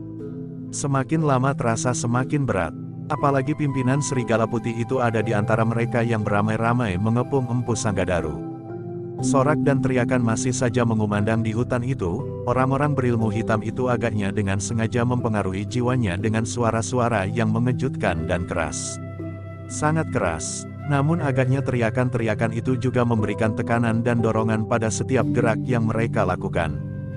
Jika untuk beberapa lama, ke-6 orang itu masih dapat bertahan, itu adalah karena ternyata mereka memiliki ilmu yang lebih baik dari lawan-lawannya. Tetapi perbedaan jumlah ternyata telah sangat menentukan pula. Ketika desakan lawannya menjadi semakin berat, maka rasa-rasanya ujung senjata mereka telah mulai menyentuh kulit. Dengan mengerahkan ilmu dan tenaga, ke-6 orang itu masih dapat menghindar dan menangkis setiap serangan. Tetapi mereka pun mulai dirayapi oleh pengakuan, bahwa mereka menjadi sangat lelah karenanya, sehingga dengan demikian, maka perlawanan mereka pun mulai surut. Pemimpin Serigala Putih itu melihat, bahwa Empu Sanggadaru dan kedua cantriknya tidak lagi segarang sesaat ketika mereka mulai dengan pertempuran itu. Meskipun kekuatan Empu Sanggadaru masih menggoncangkan hati lawan-lawannya, namun, terutama pada kedua orang cantriknya, rasa-rasanya perlawan sudah menjadi kendor. Kami hanya menunggu saat itu datang, berkata pemimpin Serigala Putih itu. Kematian memang sudah membayang, tetapi agaknya kalian ingin disebut jantan. Mati dengan senjata di tanganku. Empu Sanggadaru tidak menyahut, ia memusatkan perhatiannya pada usaha untuk memecahkan kepungan. Apakah aku sendiri harus keluar dari kepungan itu dan membantu kedua cantrik itu dari luar lingkaran? Pertanyaan itu mulai menggelitik hatinya. Tetapi Empu Sanggadaru tidak sampai hati meninggalkan kedua cantriknya yang setia itu. Jika ia terlambat, maka keduanya tidak akan tertolong lagi karena tekanan lawan seolah-olah sudah tidak terbendung lagi. Demikian pula keadaan Empu Baladatu. Bagi Empu Baladatu sendiri, meskipun ia harus melawan 3 orang tetapi ia masih melihat kemungkinan baginya menyelamatkan diri di sela-sela pepohonan, meskipun seandainya ia harus melarikan diri. Tetapi kedua orang pengawalnya, benar-benar telah mengalami tekanan yang hampir tidak teratasi. Yang kemudian terjadi adalah benar-benar mencemaskan. Seandainya pada saat yang dekat, Empu Baladatu dan Empu Sanggadam masih dapat bertahan, tetapi jika para pengawalnya dan cantriknya terbunuh, maka akan datang saatnya, keduanya pun akan terbunuh pula. Tetapi Empu Sanggadaru tidak akan ingkar. Seandainya ia harus mati karena dendam yang menyala di hati lawan-lawannya itu, ia sudah ikhlas. Tetapi yang mendebarkan jantungnya justru akibat dari kematiannya. Orang-orangnya di padepokan tentu akan mengalami perlakuan yang sama sekali tidak diinginkan. Jika aku sempat mengumpulkan kekuatan di padepokan, maka tentu tidak akan dapat terjadi perlakuan serupa, desis Empu Sanggadaru di dalam hatinya. Tetapi yang terjadi sudah terlanjur terjadi. Ia tidak berada di antara anak buahnya. Adalah suatu kelengahan bahwa dalam keadaan yang gawat aku meninggalkan padepokanku. Ia melanjutkan di dalam hati, tetapi semata-mata karena keinginanku untuk mengantarkan adikku melihat isi hutan ini. Dan aku sama sekali tidak memperhitungkan bahwa hal itu akan terjadi saat ini, justru ketika aku sedang terpisah dari cantrik-cantrikku. Tetapi semuanya itu sekedar penyesalan yang tidak akan berarti apa-apa. Ia harus bertempur dan tanpa dapat lagi menghindari kemungkinan buruk yang bakal terjadi. Namun dalam kesulitan itu, tiba-tiba semua pihak yang sedang bertempur terkejut ketika beberapa orang muncul dari balik gerumbulan-gerumbulan perdu di sekitar lapangan kecil yang menjadi arena perkelahian itu. Apalagi ketika mereka melihat bahwa yang datang itu adalah beberapa orang prajurit dalam pakaian keprajuritan. "Apakah yang telah terjadi?" berkatanya seorang paling di antara mereka. Empu Sanggadaru segera mengenal orang itu, meskipun ia berpakaian keprajuritan. Karena itu, ia pun menjawab, "Kami sedang menghadapi dendam yang membakar hati kelompok Serigala Putih. Sekelompok orang yang berilmu hitam." Hei, Lembu Ampal terkejut. Baru saja ia disangka oleh 3 orang yang tidak dikenalnya, sebagai orang-orang berilmu hitam. Dan kini ia benar-benar berhadapan dengan sekelompok orang yang disebut berilmu hitam. Sejenak Lembu Ampal sempat mengamati pertempuran yang agaknya telah terganggu itu. Dengan kening yang berkerut ia berkata, "Aku sudah beberapa saat mengintip pertempuran ini dari balik gerumbul. Ketika aku mendekati tempat ini untuk mengambil harimau itu bersama beberapa orang prajurit, aku mendengar suara ribut. Orang-orang yang berteriak dan memaki-maki. Karena itulah, maka kami memutuskan untuk mendekati tempat ini dengan diam-diam. Dan sekarang, ternyata bahwa di tempat ini telah terjadi pertempuran. Persetan," geram pemimpin kelompok Serigala Putih itu, "jangan ganggu kami. Jika kalian ingin mengambil harimau itu, ambillah. Kami tidak mempunyai persoalan apapun juga dengan kalian. Mungkin, tetapi kami mengenal Empu Sanggadaru. Karena itu, mau tidak mau, kami pun akan tersentuh juga oleh persoalan yang sedang terjadi sekarang ini. Jika kau mengenalnya, itu bukan berarti bahwa kau telah terlibat dalam persoalannya. Sanggadaru telah membunuh beberapa orang dari padepokanku. Dan aku kini datang untuk menuntut balas. Tetapi pembunuhan itu tidak terjadi dengan semena-mena," sahut Empu Sanggadaru. "Orang-orangmu telah melanggar adab yang berlaku dalam pergaulan manusia. Aku tidak mengakui peradaban orang lain, kecuali yang berlaku di dalam lingkungan kami. Karena itu, kami tidak dapat dipersalahkan, apalagi dibunuh." Lembu Ampal yang mendengar keterangan itu, dapat mulai melihat meskipun samar, persoalan apakah yang sedang terjadi. Karena itu, maka ia pun kemudian melangkah maju sambil berkata, "Adalah kewajiban kami untuk mencegah pertengkaran yang terjadi seperti sekarang ini. Karena itu, marilah kita selesaikan persoalan ini sebaik-baiknya. Ia telah membunuh orang-orangku. Dan itu sudah terjadi. Penyelesaian yang paling baik bagiku adalah tebusan kematian dengan kematian. Tetapi kematian itu tentu ada sebabnya. Jika sebabnya itu cukup besar, sehingga kematian itu tidak dapat dihindarkan, maka penilainya harus berbeda," jawab Lembu Ampal. "Demikian juga kali ini, jika terjadi pembantaian karena alasannya cukup kuat maka itu pun tidak dapat dicegah dan harus mendapat penilaian yang lain pula," teriak pemimpin Serigala Putih itu. "Kami mempertahankan kehormatan seorang gadis," tiba-tiba saja Empu Sanggadaru memotong. "Itulah sebabnya kami terpaksa membunuh beberapa saat yang lampau. Kehormatan seorang perempuan tidak berarti apa-apa bagi kami," teriak pemimpin Serigala Putih itu. Lembu Ampal memandang wajah pemimpin kelompok yang menyebut dirinya Serigala Putih itu dengan tajamnya. Kemudian dengan suara yang datar ia bertanya, "Apakah memang demikian penilaianmu terhadap seorang perempuan?" "Ya, tetapi apakah kau menyadari bahwa kau juga dilahirkan oleh seorang perempuan? Bahkan ibumu yang mengasuhmu sejak bayi itu pun seorang perempuan." Pemimpin Serigala Putih itu termangu-mangu sejenak. Tetapi karena ia sudah berdiri di alas suatu sikap yang keras, maka ia pun berteriak, "Apa peduliku dengan ibuku? Ia memang seorang perempuan, tetapi ia hanyalah sekedar alat untuk melahirkan aku dan memeliharaku karena kewajiban."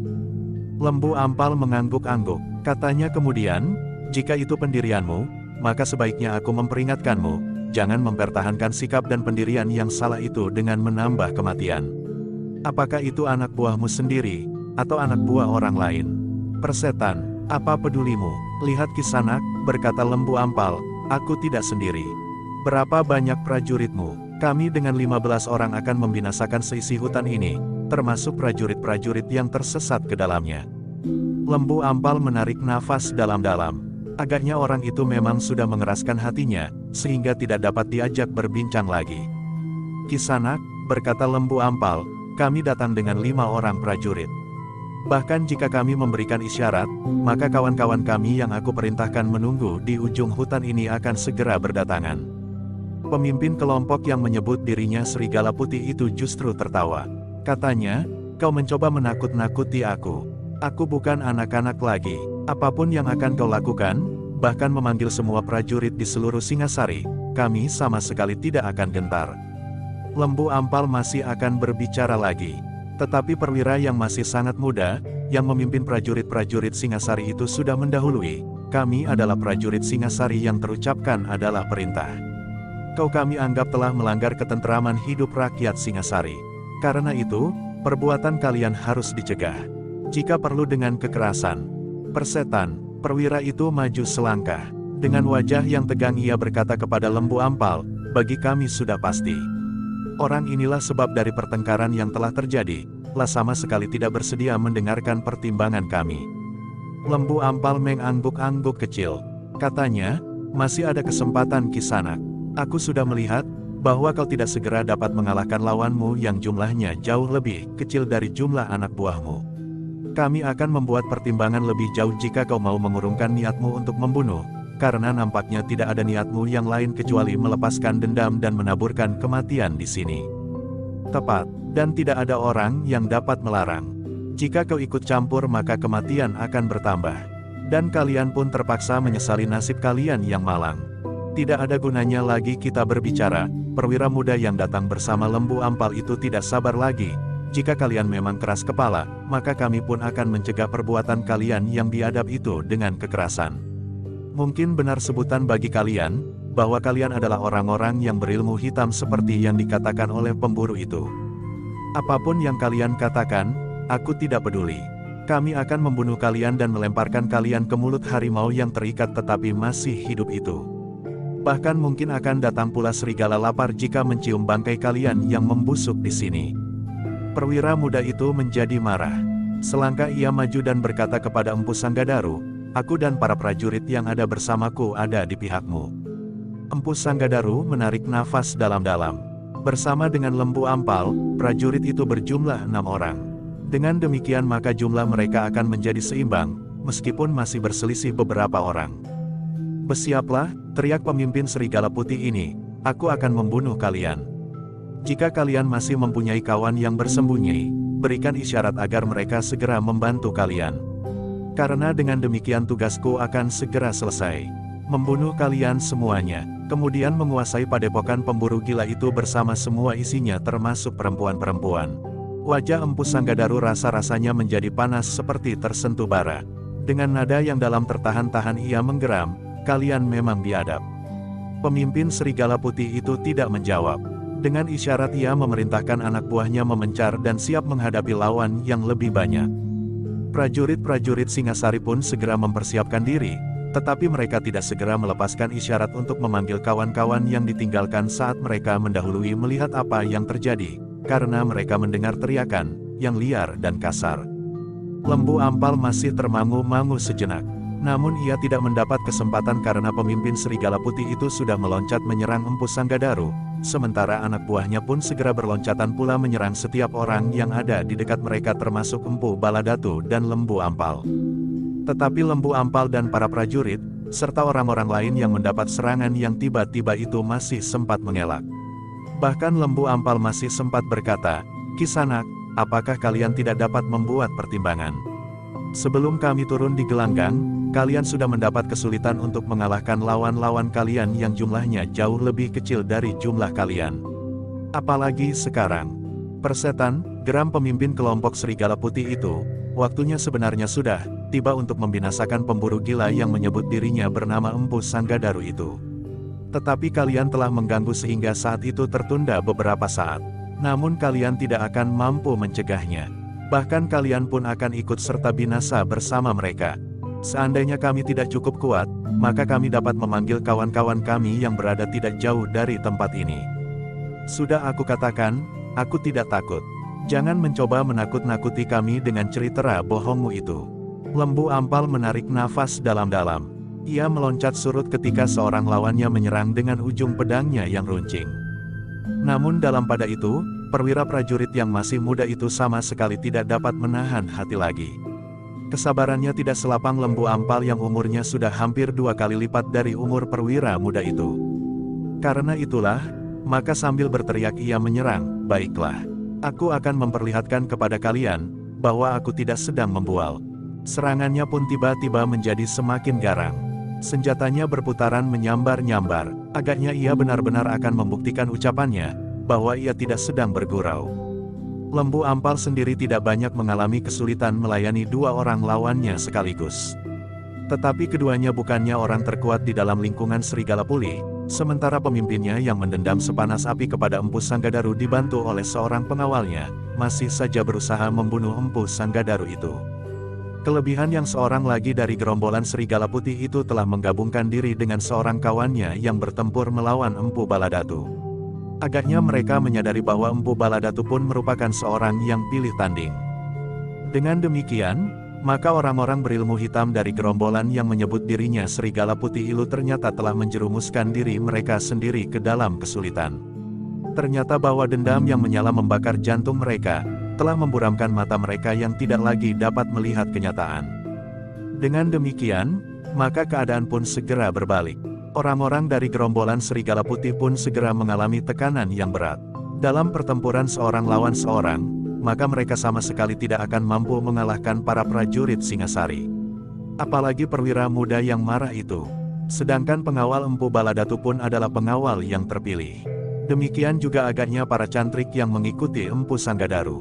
Yang mengalami kesulitan di antara mereka adalah Empu Sanggadaru sendiri, meskipun ia masih merasa mampu untuk mempertahankan dirinya. Ia harus melawan pemimpin gerombolan yang menyebut dirinya Serigala Putih itu dibantu oleh seorang anak buahnya yang tidak kalah puasnya dengan pemimpin kelompok itu sendiri. Karena itulah maka Empu Sanggadaru masih harus mengerahkan kemampuannya. Ia harus mempertahankan dirinya sejauh-jauh dapat dilakukan, sebelum kemudian dengan tiba-tiba ia mencari kesempatan untuk mengurangi jumlah lawannya. Namun lawannya pun agaknya mempunyai pertimbangan yang cukup berbahaya baginya. Pemimpin Serigala Putih itu berusaha untuk dapat membunuh Empu Sanggadaru segera, sehingga ia kemudian dapat membantu kawan-kawan, mengurangi jumlah lawannya seorang demi seorang. Karena itulah maka pemimpin gerombolan Serigala Putih itu dengan bernafsu sekali berusaha menghancurkan Empu Sanggadaru secepat-cepatnya. Tekanan itu memang terasa semakin berat.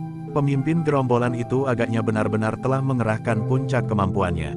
Ketika ia dikepung oleh beberapa orang Serigala Puli bersama kedua cantrik, agaknya pemimpin gerombolan itu masih belum mengungkapkan ilmu puncaknya, seperti yang dialaminya saat itu.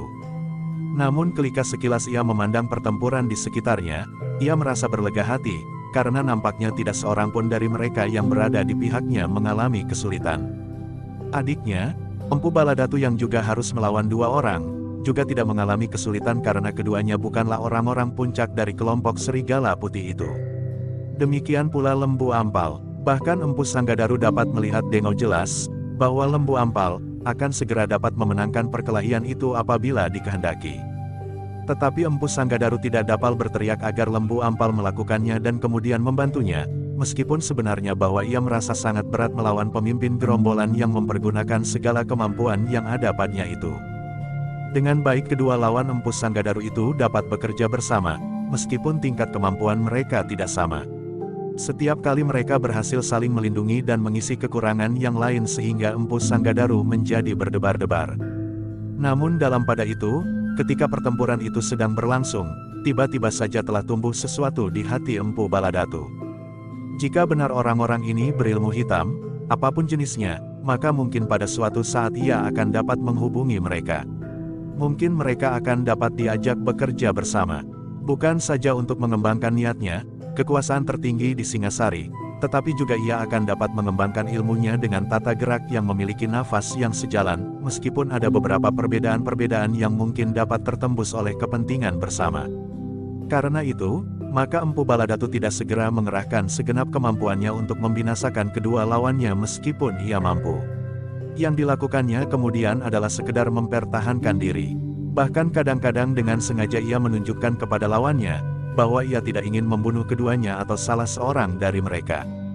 Sementara itu, Lembu Ampal bertempur dengan sigapnya tetapi nampaknya ia pun tidak bernafsu untuk membunuh. Yang dilakukannya adalah sekedar bertahan dan menghindar. Namun sudah tentu dengan latar belakang niat yang jauh berbeda dengan Empu Baladatu. Yang harus bertempur dengan sekuat tenaga adalah Empu Sanggadaru. Tetapi ia sama sekali tidak mengeluh. Bahkan kedua cantriknya dan orang-orang yang berpihak kepadanya mampu mengimbangi kekuatan lawannya, bahwa sebagian dari mereka telah berhasil mendesaknya, ia sudah merasa bahwa separuh kemenangan ada di tangannya. Karena itulah ia menjadi tenang. Dan ketenangannya itu pun agaknya mempengaruhi caranya bertempur melawan kedua lawannya yang berat itu. Dalam pada itu perkelahian di antara Empu Sanggadaru dan kedua lawannya justru menjadi bertambah sengit. Bahkan pemimpin Sarigala Putih itu benar-benar telah mengerahkan segenap ilmunya untuk membunuh Empu Sanggadaru, demikian keras niatnya sehingga ia sama sekali tidak sempat memperhatikan anak buahnya yang semuanya telah terdesak. Dengan kemarahan yang meluap-luap pemimpin Serigala Putih itu mengayunkan senjatanya semakin cepat. Sekali tangannya terjulur lurus, namun kemudian dengan sigapnya ia menarik sebelah kakinya. Putaran mendatar yang berbahaya setiap kali disusul dengan serangan kawannya yang mematuk lurus. Betapun tangguhnya Empu Sanggadaru, namun ternyata bahwa ia harus mempergunakan segenap ilmu yang dimilikinya. Dengan tangkasnya ia menghindari setiap serangan. Sekali-sekali ia harus membenturkan senjatanya dengan senjata lawannya. Namun, ketika kedua lawannya berhasil mengurungnya di dalam putaran senjata, maka Empu Sanggadaru telah kehilangan kesempatan untuk menghindari kedua senjata yang mematuk bersama. Ia berhasil menangkis serangan pemimpin Serigala Putih itu. Namun pada saat yang bersamaan, senjata yang lain telah terjulur pula mengarah ke lambungnya. Empu Sanggadaru hanya dapat menggeliat. Tetapi ujung senjata itu masih juga berhasil menyentuhnya meskipun tidak pada lambung, tetapi pada tangannya. Kemarahan yang meluap telah menggetarkan dada Empu Sanggadaru. Luka di tangannya itu bagaikan api yang menyalakan minyak yang memang sudah tersiram di hatinya. Luka-luka yang digoreskan oleh kuku-kuku harimau itu rasa-rasanya masih pedih. Dan kini, tangannya sudah tergores oleh luka yang lain, luka oleh senjata. Karena itu, maka Empu Sanggadaru tidak lagi mengekang dirinya. Kemarahannya sudah tidak terbendung lagi. Itulah sebabnya maka ia pun segera mengerahkan segenap kemampuan yang ada padanya. Senjata Empu Sanggadaru pun segera berputar semakin cepat. Seolah-olah senjata itu telah berubah menjadi puluhan senjata serupa yang berterbangan tanpa dapat dikendalikan lagi mengerumuni pemimpin Serigala Putih itu dengan seorang kawannya. Ternyata bahwa Empu Sanggadaru masih mampu meningkatkan tekanannya oleh kemarahan yang memuncak. Yang mula-mula menjadi sasaran kemarahannya justru adalah kawan pemimpin Serigala Putih yang telah melukainya itu. Dengan garangnya Empu Sanggadaru menyerang pemimpin Serigala Putih itu untuk memisahkannya dari kawannya. Ketika pemimpin kelompok orang-orang berilmu hitam itu terdesak beberapa langkah surut, maka tiba-tiba saja Empu Sanggadaru yang marah itu meloncat ke samping. Sebuah putaran yang tiba-tiba ternyata telah mengejutkan lawannya. Apalagi ketika ujung senjata Empu Sanggadaru bergerak dengan cepatnya mendatar di setinggi lambung. Kawan pemimpin Serigala Putih itu sempat mengelak. Ia meloncat mundur sambil melindungi tubuhnya dengan senjatanya. Namun adalah di luar dugaannya, bahwa Empu Sanggadaru sempat meloncat begitu cepat dan panjang. Serangan berikutnya rasa-rasanya telah datang mematuk dada. Tetapi ia masih sempat merendahkan dirinya. Sehingga dengan demikian ujung senjata Empu Sanggadaru tidak sempat menyentuhnya. Namun lawannya benar-benar tidak melepaskannya. Bahkan kemudian serangan berikutnya adalah serangan yang tidak diduga-duga, Empu Sanggadaru tidak menyerang dengan senjatanya. Karena lawannya itu masih tetap merendahkan dirinya sambil menyiapkan senjatanya untuk menangkis setiap serangan, maka Empu Sanggadaru telah mengangkat senjata dan terayun mengarah kepalanya. Tetapi ketika ia menyilangkan senjatanya di atas kepalanya, maka di luar dugaannya, tiba-tiba sebuah tendangan yang keras telah menghantam dagunya sehingga orang itu seakan-akan terangkat dan terlempar surut. Ternyata bahwa hantaman kaki Empu Sanggadaru itu demikian kuatnya, sehingga orang yang terlempar surut itu terputar sekali di udara. Namun dengan segenap kekuatan yang tersisa, ia berusaha untuk tidak jatuh pada kepalanya. Pada saat itu pemimpin gerombolan Serigala Putih merasa darahnya bagaikan mendidih. Ketika ia melihat Empu Sanggadaru mengejar kawannya yang seolah-olah masih belum dapat menguasai dirinya, maka ia pun langsung menyerang dengan senjatanya mengarah ke punggung lawannya. Tetapi punggungnya Empu Sanggadaru seolah-olah mempunyai mata. Karena itu, seakan-akan ia dapat melihat serangan yang menerkam punggungnya itu. Dengan sigapnya ia meloncat ke samping sambil memiringkan tubuhnya, sehingga dengan demikian ia berhasil menyelamatkan diri. Namun, yang malang adalah orang serigala putih itu sendiri. Karena senjata pemimpinnya tidak mengenai Empu Sanggadaru, maka seolah-olah ujung senjata itu sengaja disiapkan untuk membunuhnya. Terdengar sebuah pekik yang mengerikan. Orang serigala putih itu ternyata telah dikenai oleh senjata pemimpinnya sendiri. Pekik yang panjang itu pun perlahan-lahan menghilang. Temannya masih terdengar sepintas, namun kemudian lenyap ditelan oleh kesepian yang tegang. Jerit itu seolah-olah telah menghentikan pertempuran itu untuk sejenak. Namun ternyata kemarahan pemimpin serigala putih itu tidak tertahankan lagi. Dengan sebuah teriakan yang seolah-olah memenuhi hutan, ia mulai menyerang dengan dahsyatnya. Empu Sanggadaru yang sudah terluka oleh senjata itu pun masih juga dibakar oleh kemarahannya. Kematian seorang anggota serigala putih masih belum menenangkan kemarahannya. Apalagi ketika ia melihat pemimpin gerombolan itu seolah-olah menjadi gila dan benar-benar berusaha membunuhnya. Dengan sepenuhnya kemampuan yang ada, Empu Sanggadaru pun tidak lagi ingin memaafkan lawannya. Itulah sebabnya maka serangannya datang beruntun bagaikan banjir bandang. Apalagi kini lawannya tinggal seorang diri. Tetapi yang seorang itu adalah pemimpin dari gerombolan serigala putih. Empu Sanggadaru tidak mau lagi dicemaskan oleh masa depan yang berbahaya. Pemimpin serigala putih itu adalah seorang pendendam yang mantap. Karena itu, untuk menghindarkan diri dari kesulitan masa depan, maka ia bertekad untuk melenyapkan saja orang itu dari muka bumi. Dengan demikian maka padepokatnya akan terhindar dari kesulitan di masa datang. Bahkan mungkin bukan saja padepokannya, tetapi juga padepokan-padepokan dan pedukuhan-pedukuhan yang lain. Karena itulah, maka Empu Sanggadaru tidak lagi berusaha sekedar mengalahkan lawannya. Tetapi serangannya kemudian langsung mengarahkan ke jantung lawan. Kedua orang itu bagaikan menjadi wuru. Masing-masing tidak melihat kemungkinan lain daripada membunuh lawannya. Sehingga dengan demikian maka pertempuran itu pun berlangsung semakin sengit. Tetapi, semakin lama semakin nyata bahwa Empu Sanggadaru berhasil menguasai lawannya yang tinggal seorang itu. Senjata sudah semakin sering menyambar menyentuh pakaian lawannya, dan bahkan kemudian telah terjadi goresan-goresan kecil sehingga menitikkan darah. Goresan-goresan kecil itu agaknya membuat lawannya menjadi semakin marah. Serangan angannya datang seperti badai. Namun, Empu Sanggadaru mampu bergerak secepat kilat, sehingga serangan lawannya sama sekali tidak berhasil mengenainya. Selain Empu Sanggadaru, yang tidak dapat menahan diri adalah perwira muda yang merasa wibawa prajurit Singasari telah tersinggung. Karena itulah, maka ia pun dengan sekuat tenaganya berusaha untuk segera mengalahkan lawannya. Namun tidak seperti Empu Sanggadaru, perwira itu masih berusaha untuk dapat mengalahkan lawannya tanpa membunuhnya. Lembu Ampal masih bertempur dengan caranya, hanya memacu lawannya untuk bertempur dengan sekuat tenaganya. Sekali-sekali saja ia menyerang jika lawannya menjadi kendor. Dan serangannya itu setiap kali memang berhasil membuat lawannya menjadi marah dan dengan sekuat tenaganya menyerang bersama-sama. Tetapi perhitungan Lembu Ampal benar-benar telah masak. Ia yakin bahwa keduanya akan menjadi letih dan dengan demikian akan menjadi sangat mudah untuk dikalahkan.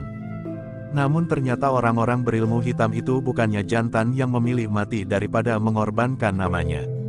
Itulah sebabnya, maka sebagian dari mereka telah bertempur sambil bergeser surut menepi. Pertempuran itu pun kemudian telah berubah sama sekali. Orang-orang berilmu hitam itu benar-benar sudah tidak mendapat kesempatan lagi. Kehadiran prajurit Singasari meskipun tidak seluruhnya, telah menentukan akhir dari pertempuran itu. Tidak ada lagi yang dapat diharapkan. Betapun pemimpin Serigala Putih berusaha, namun ia tidak mampu mengimbangi ilmu Empu Sanggadaru. Ternyata bahwa pemimpin Serigala Putih itu telah salah hitung. Ia tidak menyangka bahwa orang-orang berilmu hitam itu tidak mampu melawan musuh-musuhnya meskipun ia prajurit Singasari. Dan ia pun tidak menyangka bahwa yang bernama Empu Sanggadaru dari padepokan yang tidak dikenal itu, ternyata memiliki ilmu yang dapat mengimbangi, bahkan melampaui ilmunya yang dibangga-banggakan, meskipun beberapa orang yang tidak senang menyebutnya ilmu hitam. Tetapi penyesalan yang betapun juga, tidak akan berarti sama sekali. Apabila lawannya, Empu Sanggadaru, benar-benar sudah tidak dapat mengekang diri lagi. Luka di tangannya telah membuatnya menjadi gelap hati. Itulah sebabnya, Maka ia pun kemudian menyerang pemimpin Serigala Putih dengan segenap ilmu yang ada padanya. Bahkan tanpa ampun lagi, senjatanya benar-benar telah mengurung lawannya dalam lingkaran maut. Pemimpin Serigala Putih itu masih berusaha melepaskan diri. Ia berusaha menembus lingkaran putaran senjata Sanggadaru. Namun yang terjadi adalah di luar kehendaknya, karena justru pada saat yang berbahaya itu, saat-saat pemimpin Serigala Putih berusaha membebaskan dirinya, Empu Sanggadaru telah sampai pada kemungkinan yang terakhir. Dengan garangnya ia menyerang lawannya tanpa ampun lagi. Pemimpin Serigala Putih itu masih berhasil menakis 1-2 serangannya yang datang beruntun. Namun serangan-serangan berikutnya, membuat pemimpin Serigala Putih itu bagaikan kehilangan kesempatan. Sesaat kemudian terdengar sebuah keluhan tertahan. Darah yang merah memancar dari luka yang tiba-tiba saja telah menganga di dada pemimpin Serigala Putih itu. Sesaat pertempuran itu seolah-olah telah terhenti. Setiap orang telah dikejutkan oleh peristiwa yang menyusul. Pemimpin Serigala Putih yang dibakar oleh dendam karena kematian anak buahnya itu ternyata tidak berhasil menuntut balas. Bahkan ia sendiri kemudian terlempar dan jatuh di tanah dengan darah yang membasahi seluruh tubuhnya. Anak buahnya yang melihat pemimpinnya mati terkapar itu menjadi bingung. Hatinya kuncup seperti dedaunan yang tersiram air yang mendidih. Pada saat yang mencengkam itulah, maka tiba-tiba saja terdengar suara Empu Baladatu. "Hei, orang-orang berilmu hitam, ternyata masih ada satu kesempatan yang dapat kami berikan kepada kalian. Sepeninggal pemimpinmu maka kalian sebaiknya menyerah tanpa perlawanan, karena tidak ada kesempatan yang lain yang dapat kalian peroleh setelah kami kehilangan kesabaran kami." Orang-orang yang mendengar suara Empu Baladatu itu bagaikan membeku. Bahkan Empu Sanggadaru sendiri berdiri termangu-mangu dengan senjata yang merah oleh darah di tangannya. Suasana di arena itu seolah-olah bagaikan membeku. Lembu Ampal berdiri diam di tempatnya. Ia memang tidak bernafsu untuk bertempur lebih lama lagi. Yang dihadapinya bukannya sebuah perlawanan terhadap pemerintah Singasari. Tetapi yang dihadapinya adalah dendam dari 2 perguruan yang seharusnya dapat dicegahnya. Namun yang terjadi adalah di luar kemampuannya untuk mencegahnya. Dan pertempuran itu sudah terjadi. Bahkan telah menelan 2 orang korban lagi. Dan korban-korban itu tentu akan mempertajam dendam yang telah tumbuh di hati orang-orang berilmu hitam itu. Tetapi bagi Lembu Ampal, kata-kata Empu Baladatu itu dianggapnya akan membuka kemungkinan baru bagi orang-orang berilmu hitam itu. Ternyata bahwa kata-kata Empu Baladatu itu berpengaruh juga pada lawan-lawannya. Mereka masih berdiri termangu-mangu tanpa berbuat sesuatu meskipun senjata mereka tetap tergenggam di tangan. Empu Baladatu yang melihat pengaruh kata-katanya itu mengena pada orang-orang berilmu hitam itu pun kemudian mengulanginya. "Nyatakan bahwa kalian tidak akan memberikan perlawanan lagi. Nyatakan bahwa kalian telah menghentikan semua niat untuk membalas dendam karena kalian tidak akan dapat ingkar dari kenyataan, bahwa kalianlah yang justru akan punah jika kalian masih berkeras untuk melanjutkan pertempuran ini." Semua orang masih membeku di tempatnya. "Lakukanlah, atau kami harus bertempur terus dan membunuh kalian semuanya." Tiba-tiba saja salah seorang dari gerombolan Serigala Putih itu dengan ragu-ragu berkata, "Apakah yang harus kami lakukan, jika kami menyatakan diri untuk menghentikan usaha pelepasan dendam kami? Prajurit-prajurit Singasari akan menjadi saksi, bahwa kami tidak ingkar. Letakkan senjata kalian dan berkumpullah di hadapan Kakang Empu Sanggadaru. Salah seorang dari kalian harus menyatakan pengakuan kalian dengan jujur." Orang-orang itu masih ragu-ragu sejenak. Namun kemudian mereka pun segera melemparkan senjata mereka di tanah. Perlahan-perlahan mereka mulai bergerak mendekati Empu Sanggadaru. Empu Sanggadaru bagaikan membeku melihat orang-orang yang bergerak mendekatinya. Kemudian berdiri termangu-mangu seolah-olah mereka menggantungkan harapan mereka kepadanya. Empu Sanggadaru menarik nafas, ia pun kemudian sadar, bahwa ia harus menanggapi perkembangan keadaan itu. Sekilas dilihatnya prajurit-prajurit Singasari pun telah bergerak mengumpul. Perwira muda itu pun nampaknya telah berusaha mengendalikan dirinya pula. "Lakukanlah jika kalian ingin melakukan," berkata Empu Baladatu. Lalu katanya kepada Lembu Ampal, "Kami mohon, agar prajurit Singasari menjadi saksi, bahwa dendam kami dari kedua belah pihak akan terhapus saat ini juga." Lembu Ampal termangu-mangu sejenak. Namun kemudian ia pun berpaling kepada perwira muda itu seolah-olah minta pertimbangannya, apakah yang sebaiknya dilakukannya. Apakah permintaan Empu Baladatu itu dapat dipenuhi atau prajurit Singasari akan mengambil sikap yang lain. Perwira muda itu pun ragu-ragu sejenak. Dilihatnya orang-orang dari gerombolan serigala putih itu berdiri termangu-mangu dengan penuh harap untuk dapat tetap hidup. Sebagai seorang prajurit maka perwira itu harus menentukan sikap, lah tidak boleh terseret oleh arus perasaannya. Apalagi sebagai seorang anak muda. Karena itulah, maka ketika dilihatnya kawan-kawan pun masih utuh, maka ia pun berkata, "Aku, perwira yang memimpin serombongan prajurit Singasari, menyatakan bahwa aku tidak berkeberatan untuk menarik segala akibat yang timbul dari perlawanan orang-orang dari Serigala Putih kepada perintah kami, yang juga berarti perlawanan kepada pimpinan pemerintah, jika mereka benar-benar telah menyesal dan menyatakan diri menyerah." Orang-orang dari anggota gerombolan Serigala Putih itu mengerutkan keningnya. Ternyata bahwa mereka benar-benar berhadapan dengan beberapa orang prajurit yang memegang teguh tugas dan kewajibannya, tetapi juga mengingat segi-segi pertimbangan yang lain. Empu Sanggadaru yang masih menggenggam senjata yang basah oleh darah berkata dengan nada yang datar, "Kalian dengar. Apakah kalian menyesal dan menyatakan diri menyerah?" Empu Baladatu mengerutkan keningnya, sepercik ketidakpuasan nampak membayang di wajahnya. Bahkan ia pun kemudian bertanya kepada diri sendiri, kepada siapa orang-orang itu menyatakan menyerah. Jumlah prajurit itu tidak lebih banyak dari jumlah kami. Kamilah yang pantas menentukan sikap, bukan mereka. Tetapi Empu Baladatu tidak mengatakan. Ia menyimpan perasaan itu di dalam hatinya. Salah seorang dari orang-orang Serigala Putih itu pun kemudian menghadap kepada perwira muda itu sambil berkata, "Kami menyerah. Dan kami menyatakan menyesal bahwa kami telah terlibat ke dalam dendam." Perwira itu menjawab, "Baiklah. Aku maafkan kalian dan aku bebaskan kalian dari segala tuntutan karena perlawanan kalian. Namun demikian, terserah kepada Empu Sanggadaru, apakah yang akan dilakukannya." Empu Sanggadaru menarik nafas dalam-dalam. Kitanya, "Baiklah, aku pun memaafkan kalian, tetapi kami adalah orang-orang yang mempunyai kesabaran yang terbatas. Karena itu, jika kalian ternyata kelak melakukan pelanggaran atas penyesalan kalian sekarang ini, mungkin kami sudah tidak dapat lagi memaafkannya." "Terima kasih," sahut salah seorang dari mereka. "Kalian terpaksa pulang dengan membawa korban lagi. Tetapi kalian sudah berjanji untuk tidak mendendamnya lagi. Mudah-mudahan kawan-kawan kalian dapat mengerti, karena seperti yang aku katakan, kesabaran kami sangat terbatas." Orang-orang Serigala Putih itu menundukkan kepalanya. Mereka merasa bahwa mereka tidak dapat berbuat lain kecuali mengiyakan dan menyatakan kesanggupan. Empu Sanggadaru pun kemudian berkata, "Nah, sekarang pergilah. Bawalah kedua mayat kawan kalian ini." Orang-orang itu pun berpandangan sejenak. Namun kemudian mereka mulai bergerak dan mengangkat kedua mayat kawan-kawan mereka.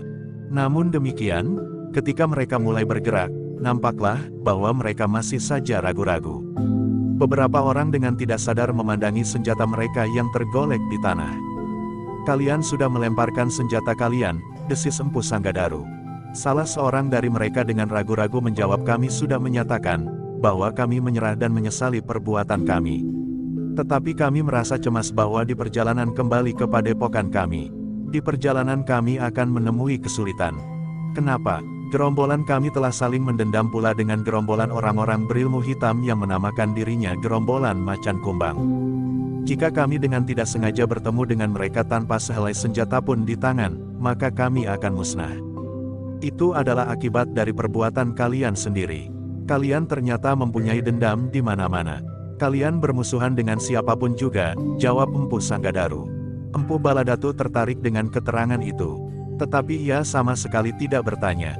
Yang dikatakannya kemudian adalah, "Tetapi apakah kalian berjanji bahwa senjata-senjata kalian hanya akan kalian pergunakan untuk mempertahankan diri, dan bukan untuk menyerang?"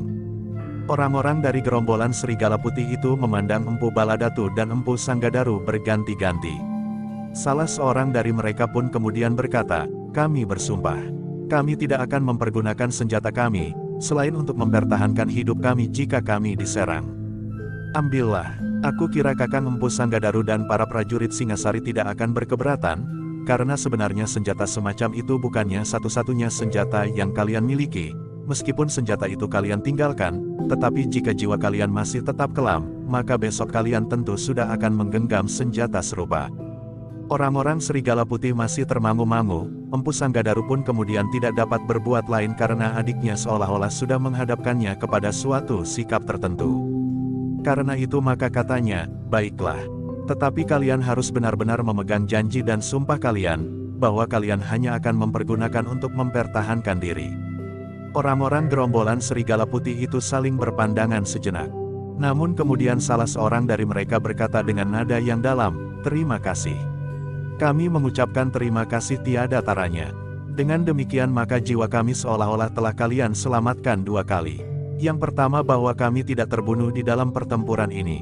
Kedua, bahwa kami diperkenankan membawa senjata kami, meskipun dengan janji bahwa senjata-senjata itu hanya akan kami pergunakan untuk mempertahankan diri. Pergilah," jawab Empu Sanggadaru, "dan cobalah mengenal diri sendiri sebaik-baiknya." "Ya Empu," jawab orang itu pula, "kami akan mohon diri. Mudah-mudahan kami mendapat kesempatan untuk memandang ke dalam diri kami masing-masing. Mengenang apa yang telah kami perbuat dan mengambil sikap yang benar di hari-hari mendatang." "Bagus, pertahankan sikap dan pandangan itu."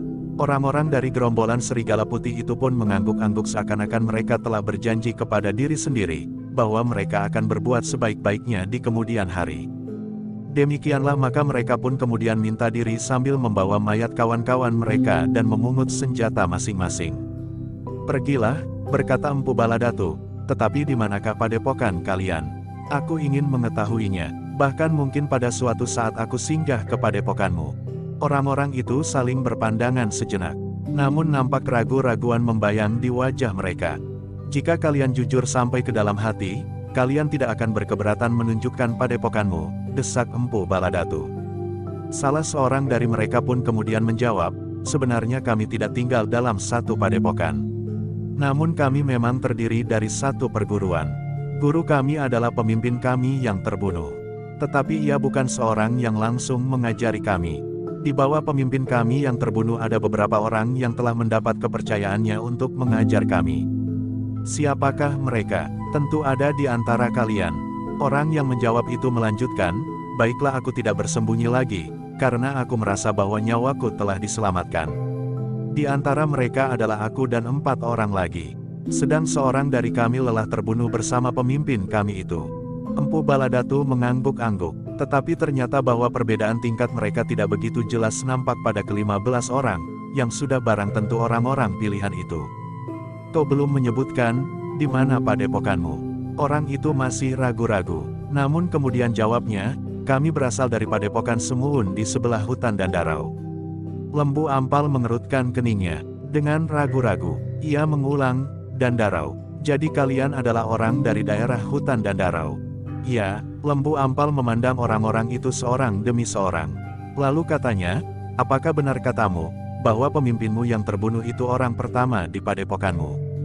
Orang itu ragu-ragu, lalu jawabnya, "Ya, ia adalah orang pertama."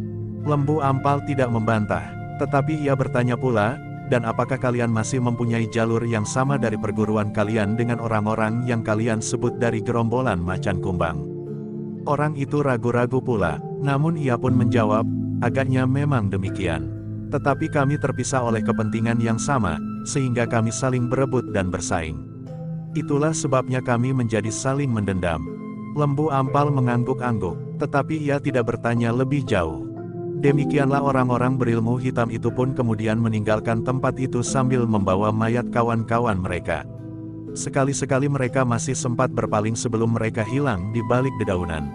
Demikian mereka hilang dari pandangan mata orang-orang yang telah mengalahkannya mutlak. Salah seorang dari mereka mengumpat, "Anak setan. Ternyata kita terbentur pada orang-orang yang memiliki kemampuan luar biasa. Orang yang nampaknya mengambil alih pimpinan dan yang selalu memberikan keterangan kepada lawan mereka yang ternyata memiliki kelebihan itu menyahut, kali ini kita tidak dapat mengingkari kenyataan itu. Kita memang kalah mutlak. Tetapi prajurit-prajurit Singasari itulah yang menyebabkan kita hampir saja punah jika tidak ada orang yang berhasil menyabarkan Empu Sanggadaru. Ia adalah adiknya, nampaknya sikapnya cukup baik, ilmunya pun cukup matang dan berbahaya." Yang Ian mengerutkan keningnya, tetapi masih ada yang mengumpat, "Aku ingin membunuh mereka semua. Mungkin pada suatu saat, maksud itu akan dapat aku lakukan." Tetapi kawan-kawan tertawa. Salah seorang berkata, "Kau mimpi sambil berjalan. Kita tidak mempunyai pemimpin yang tangguh lagi. Bahkan pemimpin kami yang kami kagumi itu pun ternyata tidak dapat mengabahkan Empu Sanggadaru meskipun ia bertempur berdua. Apalagi seorang diri." Kawannya yang masih mendendam itu menarik nafas dalam-dalam. Kita memang sudah berputus asa. Seandainya kita bertemu dengan orang-orang macan kumbang pun kita akan mereka telan sekarang ini. Kawannya memandang orang itu sambil mengerutkan dahinya. Salah seorang dari mereka bertanya, apakah benar begitu pendirianmu? Tidak ada lagi yang berani mempertanggungjawabkan setiap tindakan yang akan kita ambil karena pemimpin kita sudah tidak ada lagi. Kita akan membicarakannya, berkata seorang yang paling tua di antara mereka. Setelah kita sampai ke padepokan, kita akan menyusun diri dengan kekuatan Fang masih ada. Tetapi sudah barang tentu bahwa kita tidak akan dapat melepaskan pengalaman yang baru saja kita hadapi. Kita harus menyadari bahwa ilmu yang kita miliki ternyata adalah ilmu yang masih jauh dari tingkat yang sempurna. Kita sebelumnya telah salah menilai diri kita, seolah-olah kita adalah orang-orang yang paling kuat di muka bumi ini.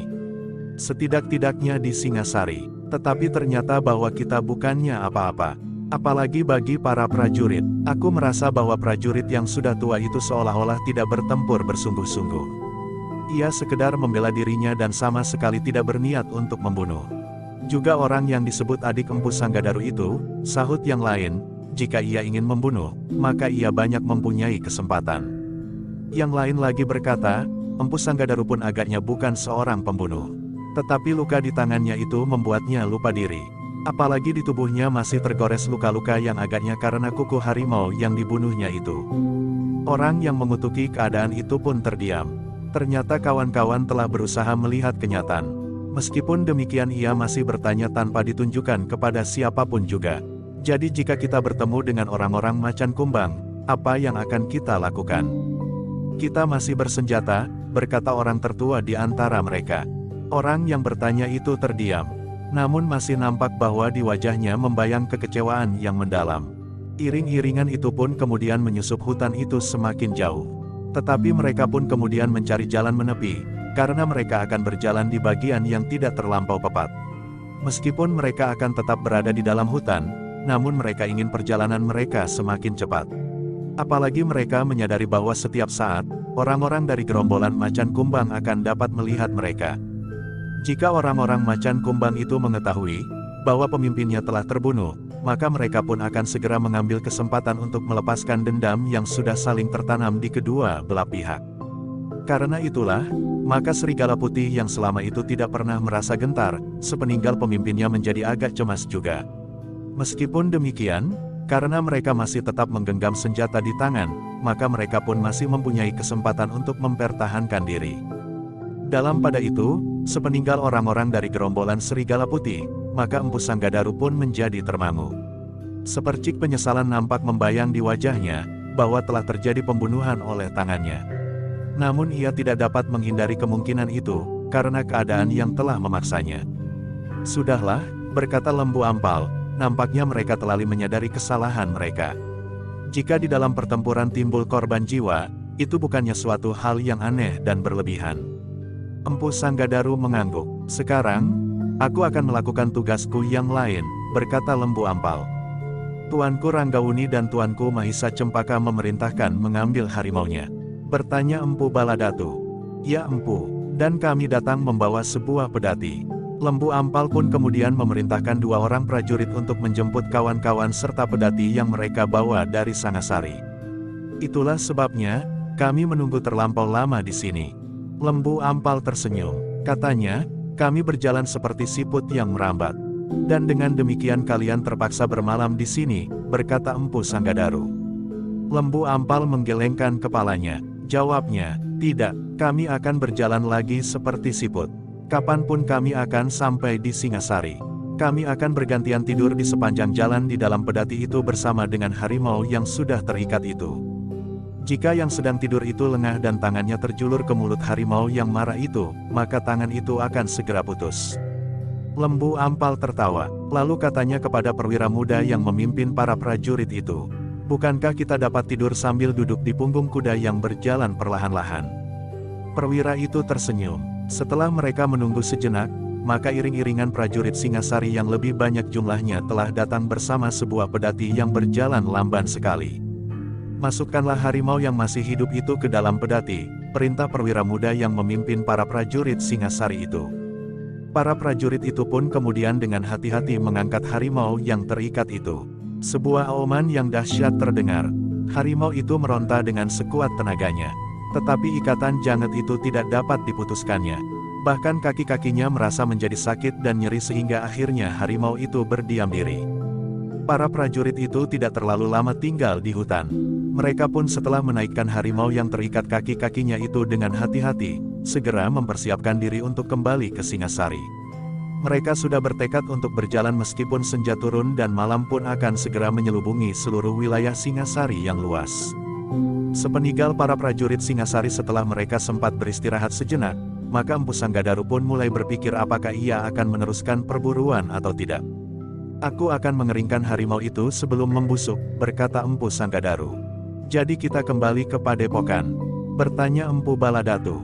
Empu Sanggadaru mengangguk. Jawabnya, "Rasa-rasanya aku ingin segera melihat Padepokan. Apakah benar orang-orang Serigala Putih tidak mengganggu Padepokanku?" Empu Baladatu mengangguk-angguk pula. Katanya, "Agaknya baik juga kita kembali ke Padepokanmu, Kakang. Jika ternyata tidak ada gangguan suatu apa, kita dapat kembali lagi memburu harimau di kesempatan lain." Demikianlah maka mereka pun memutuskan untuk kembali saja ke Padepokan dengan membawa harimau yang telah mati itu. Ternyata membawa seekor harimau yang sudah mati jauh lebih mudah daripada membawa seekor harimau yang masih hidup. Apalagi jika dengan niat bahwa harimau itu akan dipelihara di dalam kandang. Dengan berdebar-debar Empu Sanggadaru dan Empu Baladatu pun kemudian mendekati padepokannya, setelah matahari terbenam. Namun ketika mereka melihat cahaya lampu dari kejauhan, mereka merasa tenang. Lampu itu adalah pertanda bahwa padepokannya masih tetap hidup meskipun barangkali dicengkam oleh kegelisahan dan ketakutan. Ketika Empu Sanggadaru memasuki regol, maka seperti kanak-kanak yang ingin mengadu kepada ayahnya, maka beberapa orang pun segera berkumpul. Di tangan mereka tergenggam berbagai macam senjata. Agaknya mereka pun sudah bersiap menghadapi segala kemungkinan. Tetapi Empu Sanggadaru pun menyadari, tanpa Empu Sanggadaru sendiri, maka jika orang-orang Serigala Putih memilih menghancurkan padepokannya lebih dahulu, maka orang-orangnya itu pun akan mengalami kesulitan meskipun akan jatuh korban pula di kedua belah pihak. "Jika Empu tidak segera datang, kami sudah bersiap-siap untuk menyusul," berkata salah seorang dari mereka. "Kenapa?" berkata salah seorang dari mereka. "Sekelompok orang-orang yang menyebut dirinya dari gerombolan Serigala Putih telah datang. Apa yang mereka lakukan? Mereka mencari Empu. Karena mula-mula kami kurang tahu maksudnya, kami telah menunjukkan di mana Empu berada. Lalu, mereka meninggalkan kalian tanpa berbuat apa-apa." "Ya, tetapi kami menjadi curiga." Nampaknya di mata mereka menyala dendam. Ketika kami bertanya apakah keperluan mereka dengan Empu, maka mereka pun menyatakan dendam mereka. "Berapa orang jumlah mereka saat mereka mendatangi padepokan ini?" 5 atau 6 orang. Empu Sanggadaru mengangguk-angguk. Ada beberapa kemungkinan yang sudah terjadi. Mereka tidak semuanya menampakkan diri di padukuhan ini, atau orang-orang Serigala Putih itu telah kembali terlebih dahulu untuk memanggil orang-orangnya yang lain, karena pemimpinnya ingin melakukan pekerjaannya dengan meyakinkan bahwa mereka tidak akan mengulangi lagi untuk kedua kalinya. "Apakah Empu telah bertemu dengan mereka?" "Ya, dan terjadi perselisihan." "Ya, Empu berhasil mengalahkan mereka." "Ya, kami sudah menduga bahwa Empu Sanggadaru dan Empu Baladatu akan dapat mengatasi kesulitan itu. Tidak sederhana seperti yang kalian duga. Sebenarnya kami tidak dapat melawan mereka, karena ketika mereka mengepung kami jumlahnya menjadi 15 orang." 15? "Ya, dan kami berenam tidak mampu melawan 15 orang, meskipun mereka bukan orang-orang yang memiliki ilmu yang cukup tinggi. Tetapi jumlah mereka yang banyak itu telah menyulitkan kami. Jadi, adalah kebetulan sekali, bahwa prajurit-prajurit Singasari sedang berada di hutan." Orang-orang padepokan itu termangu-mangu. Empu Sanggadaru yang kemudian turun dari kudanya dan berdiri di antara orang-orangnya yang tidak sabar, terpaksa menceritakan apa yang telah terjadi di hutan perburuan itu. Baru setelah orang-orangnya mengangguk-angguk sambil menarik nafas lega, Empu Sanggadaru berkata, "Aku akan mengeringkan harimau. Sediakan alat-alat dan reramuan yang aku perlukan." "Sekarang Empu?" "Ya, sekarang. Aku ingin menunjukkan kepada adikku, bagaimana aku mengawetkan binatang buruanku." Beberapa orang cantrik pun menjadi sibuk.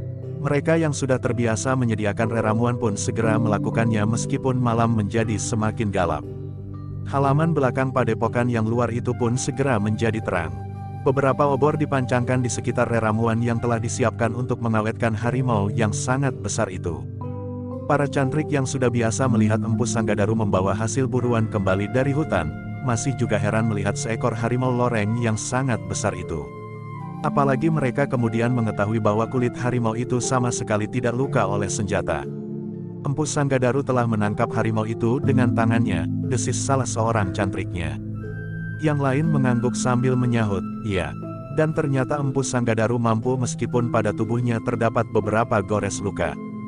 Dalam pada itu, Empu Sanggadaru pun segera mulai dengan pekerjaan yang sudah sering kali dilakukan. Mengawetkan binatang buruannya. Empu Baladatu menunggui kerja kakaknya dengan asyiknya. Ia pun ternyata tertarik untuk mempelajarinya.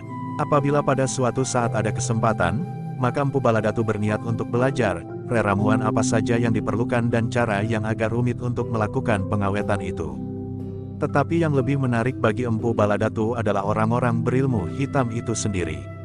Rasa-rasanya ada suatu dorongan padanya untuk datang mengunjungi orang-orang yang disebut berilmu hitam, tetapi yang mempunyai beberapa kelainan dari ilmunya. Meskipun demikian, mata Empu Baladatu yang tajam dan mengenalnya yang baik terhadap ilmu hitam itu, ia dapat menangkap beberapa kesamaan pada sumber geraknya.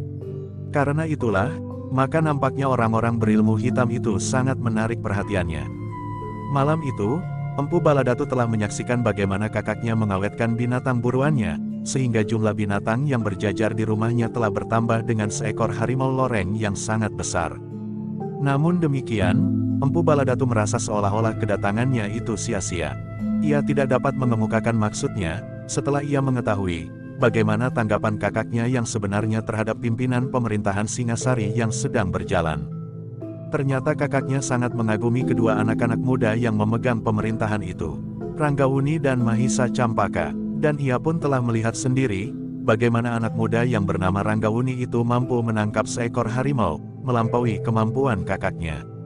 Jika kakaknya berhasil menangkap harimau itu mati, maka Ranggawuni berhasil menangkap harimau itu hidup-hidup.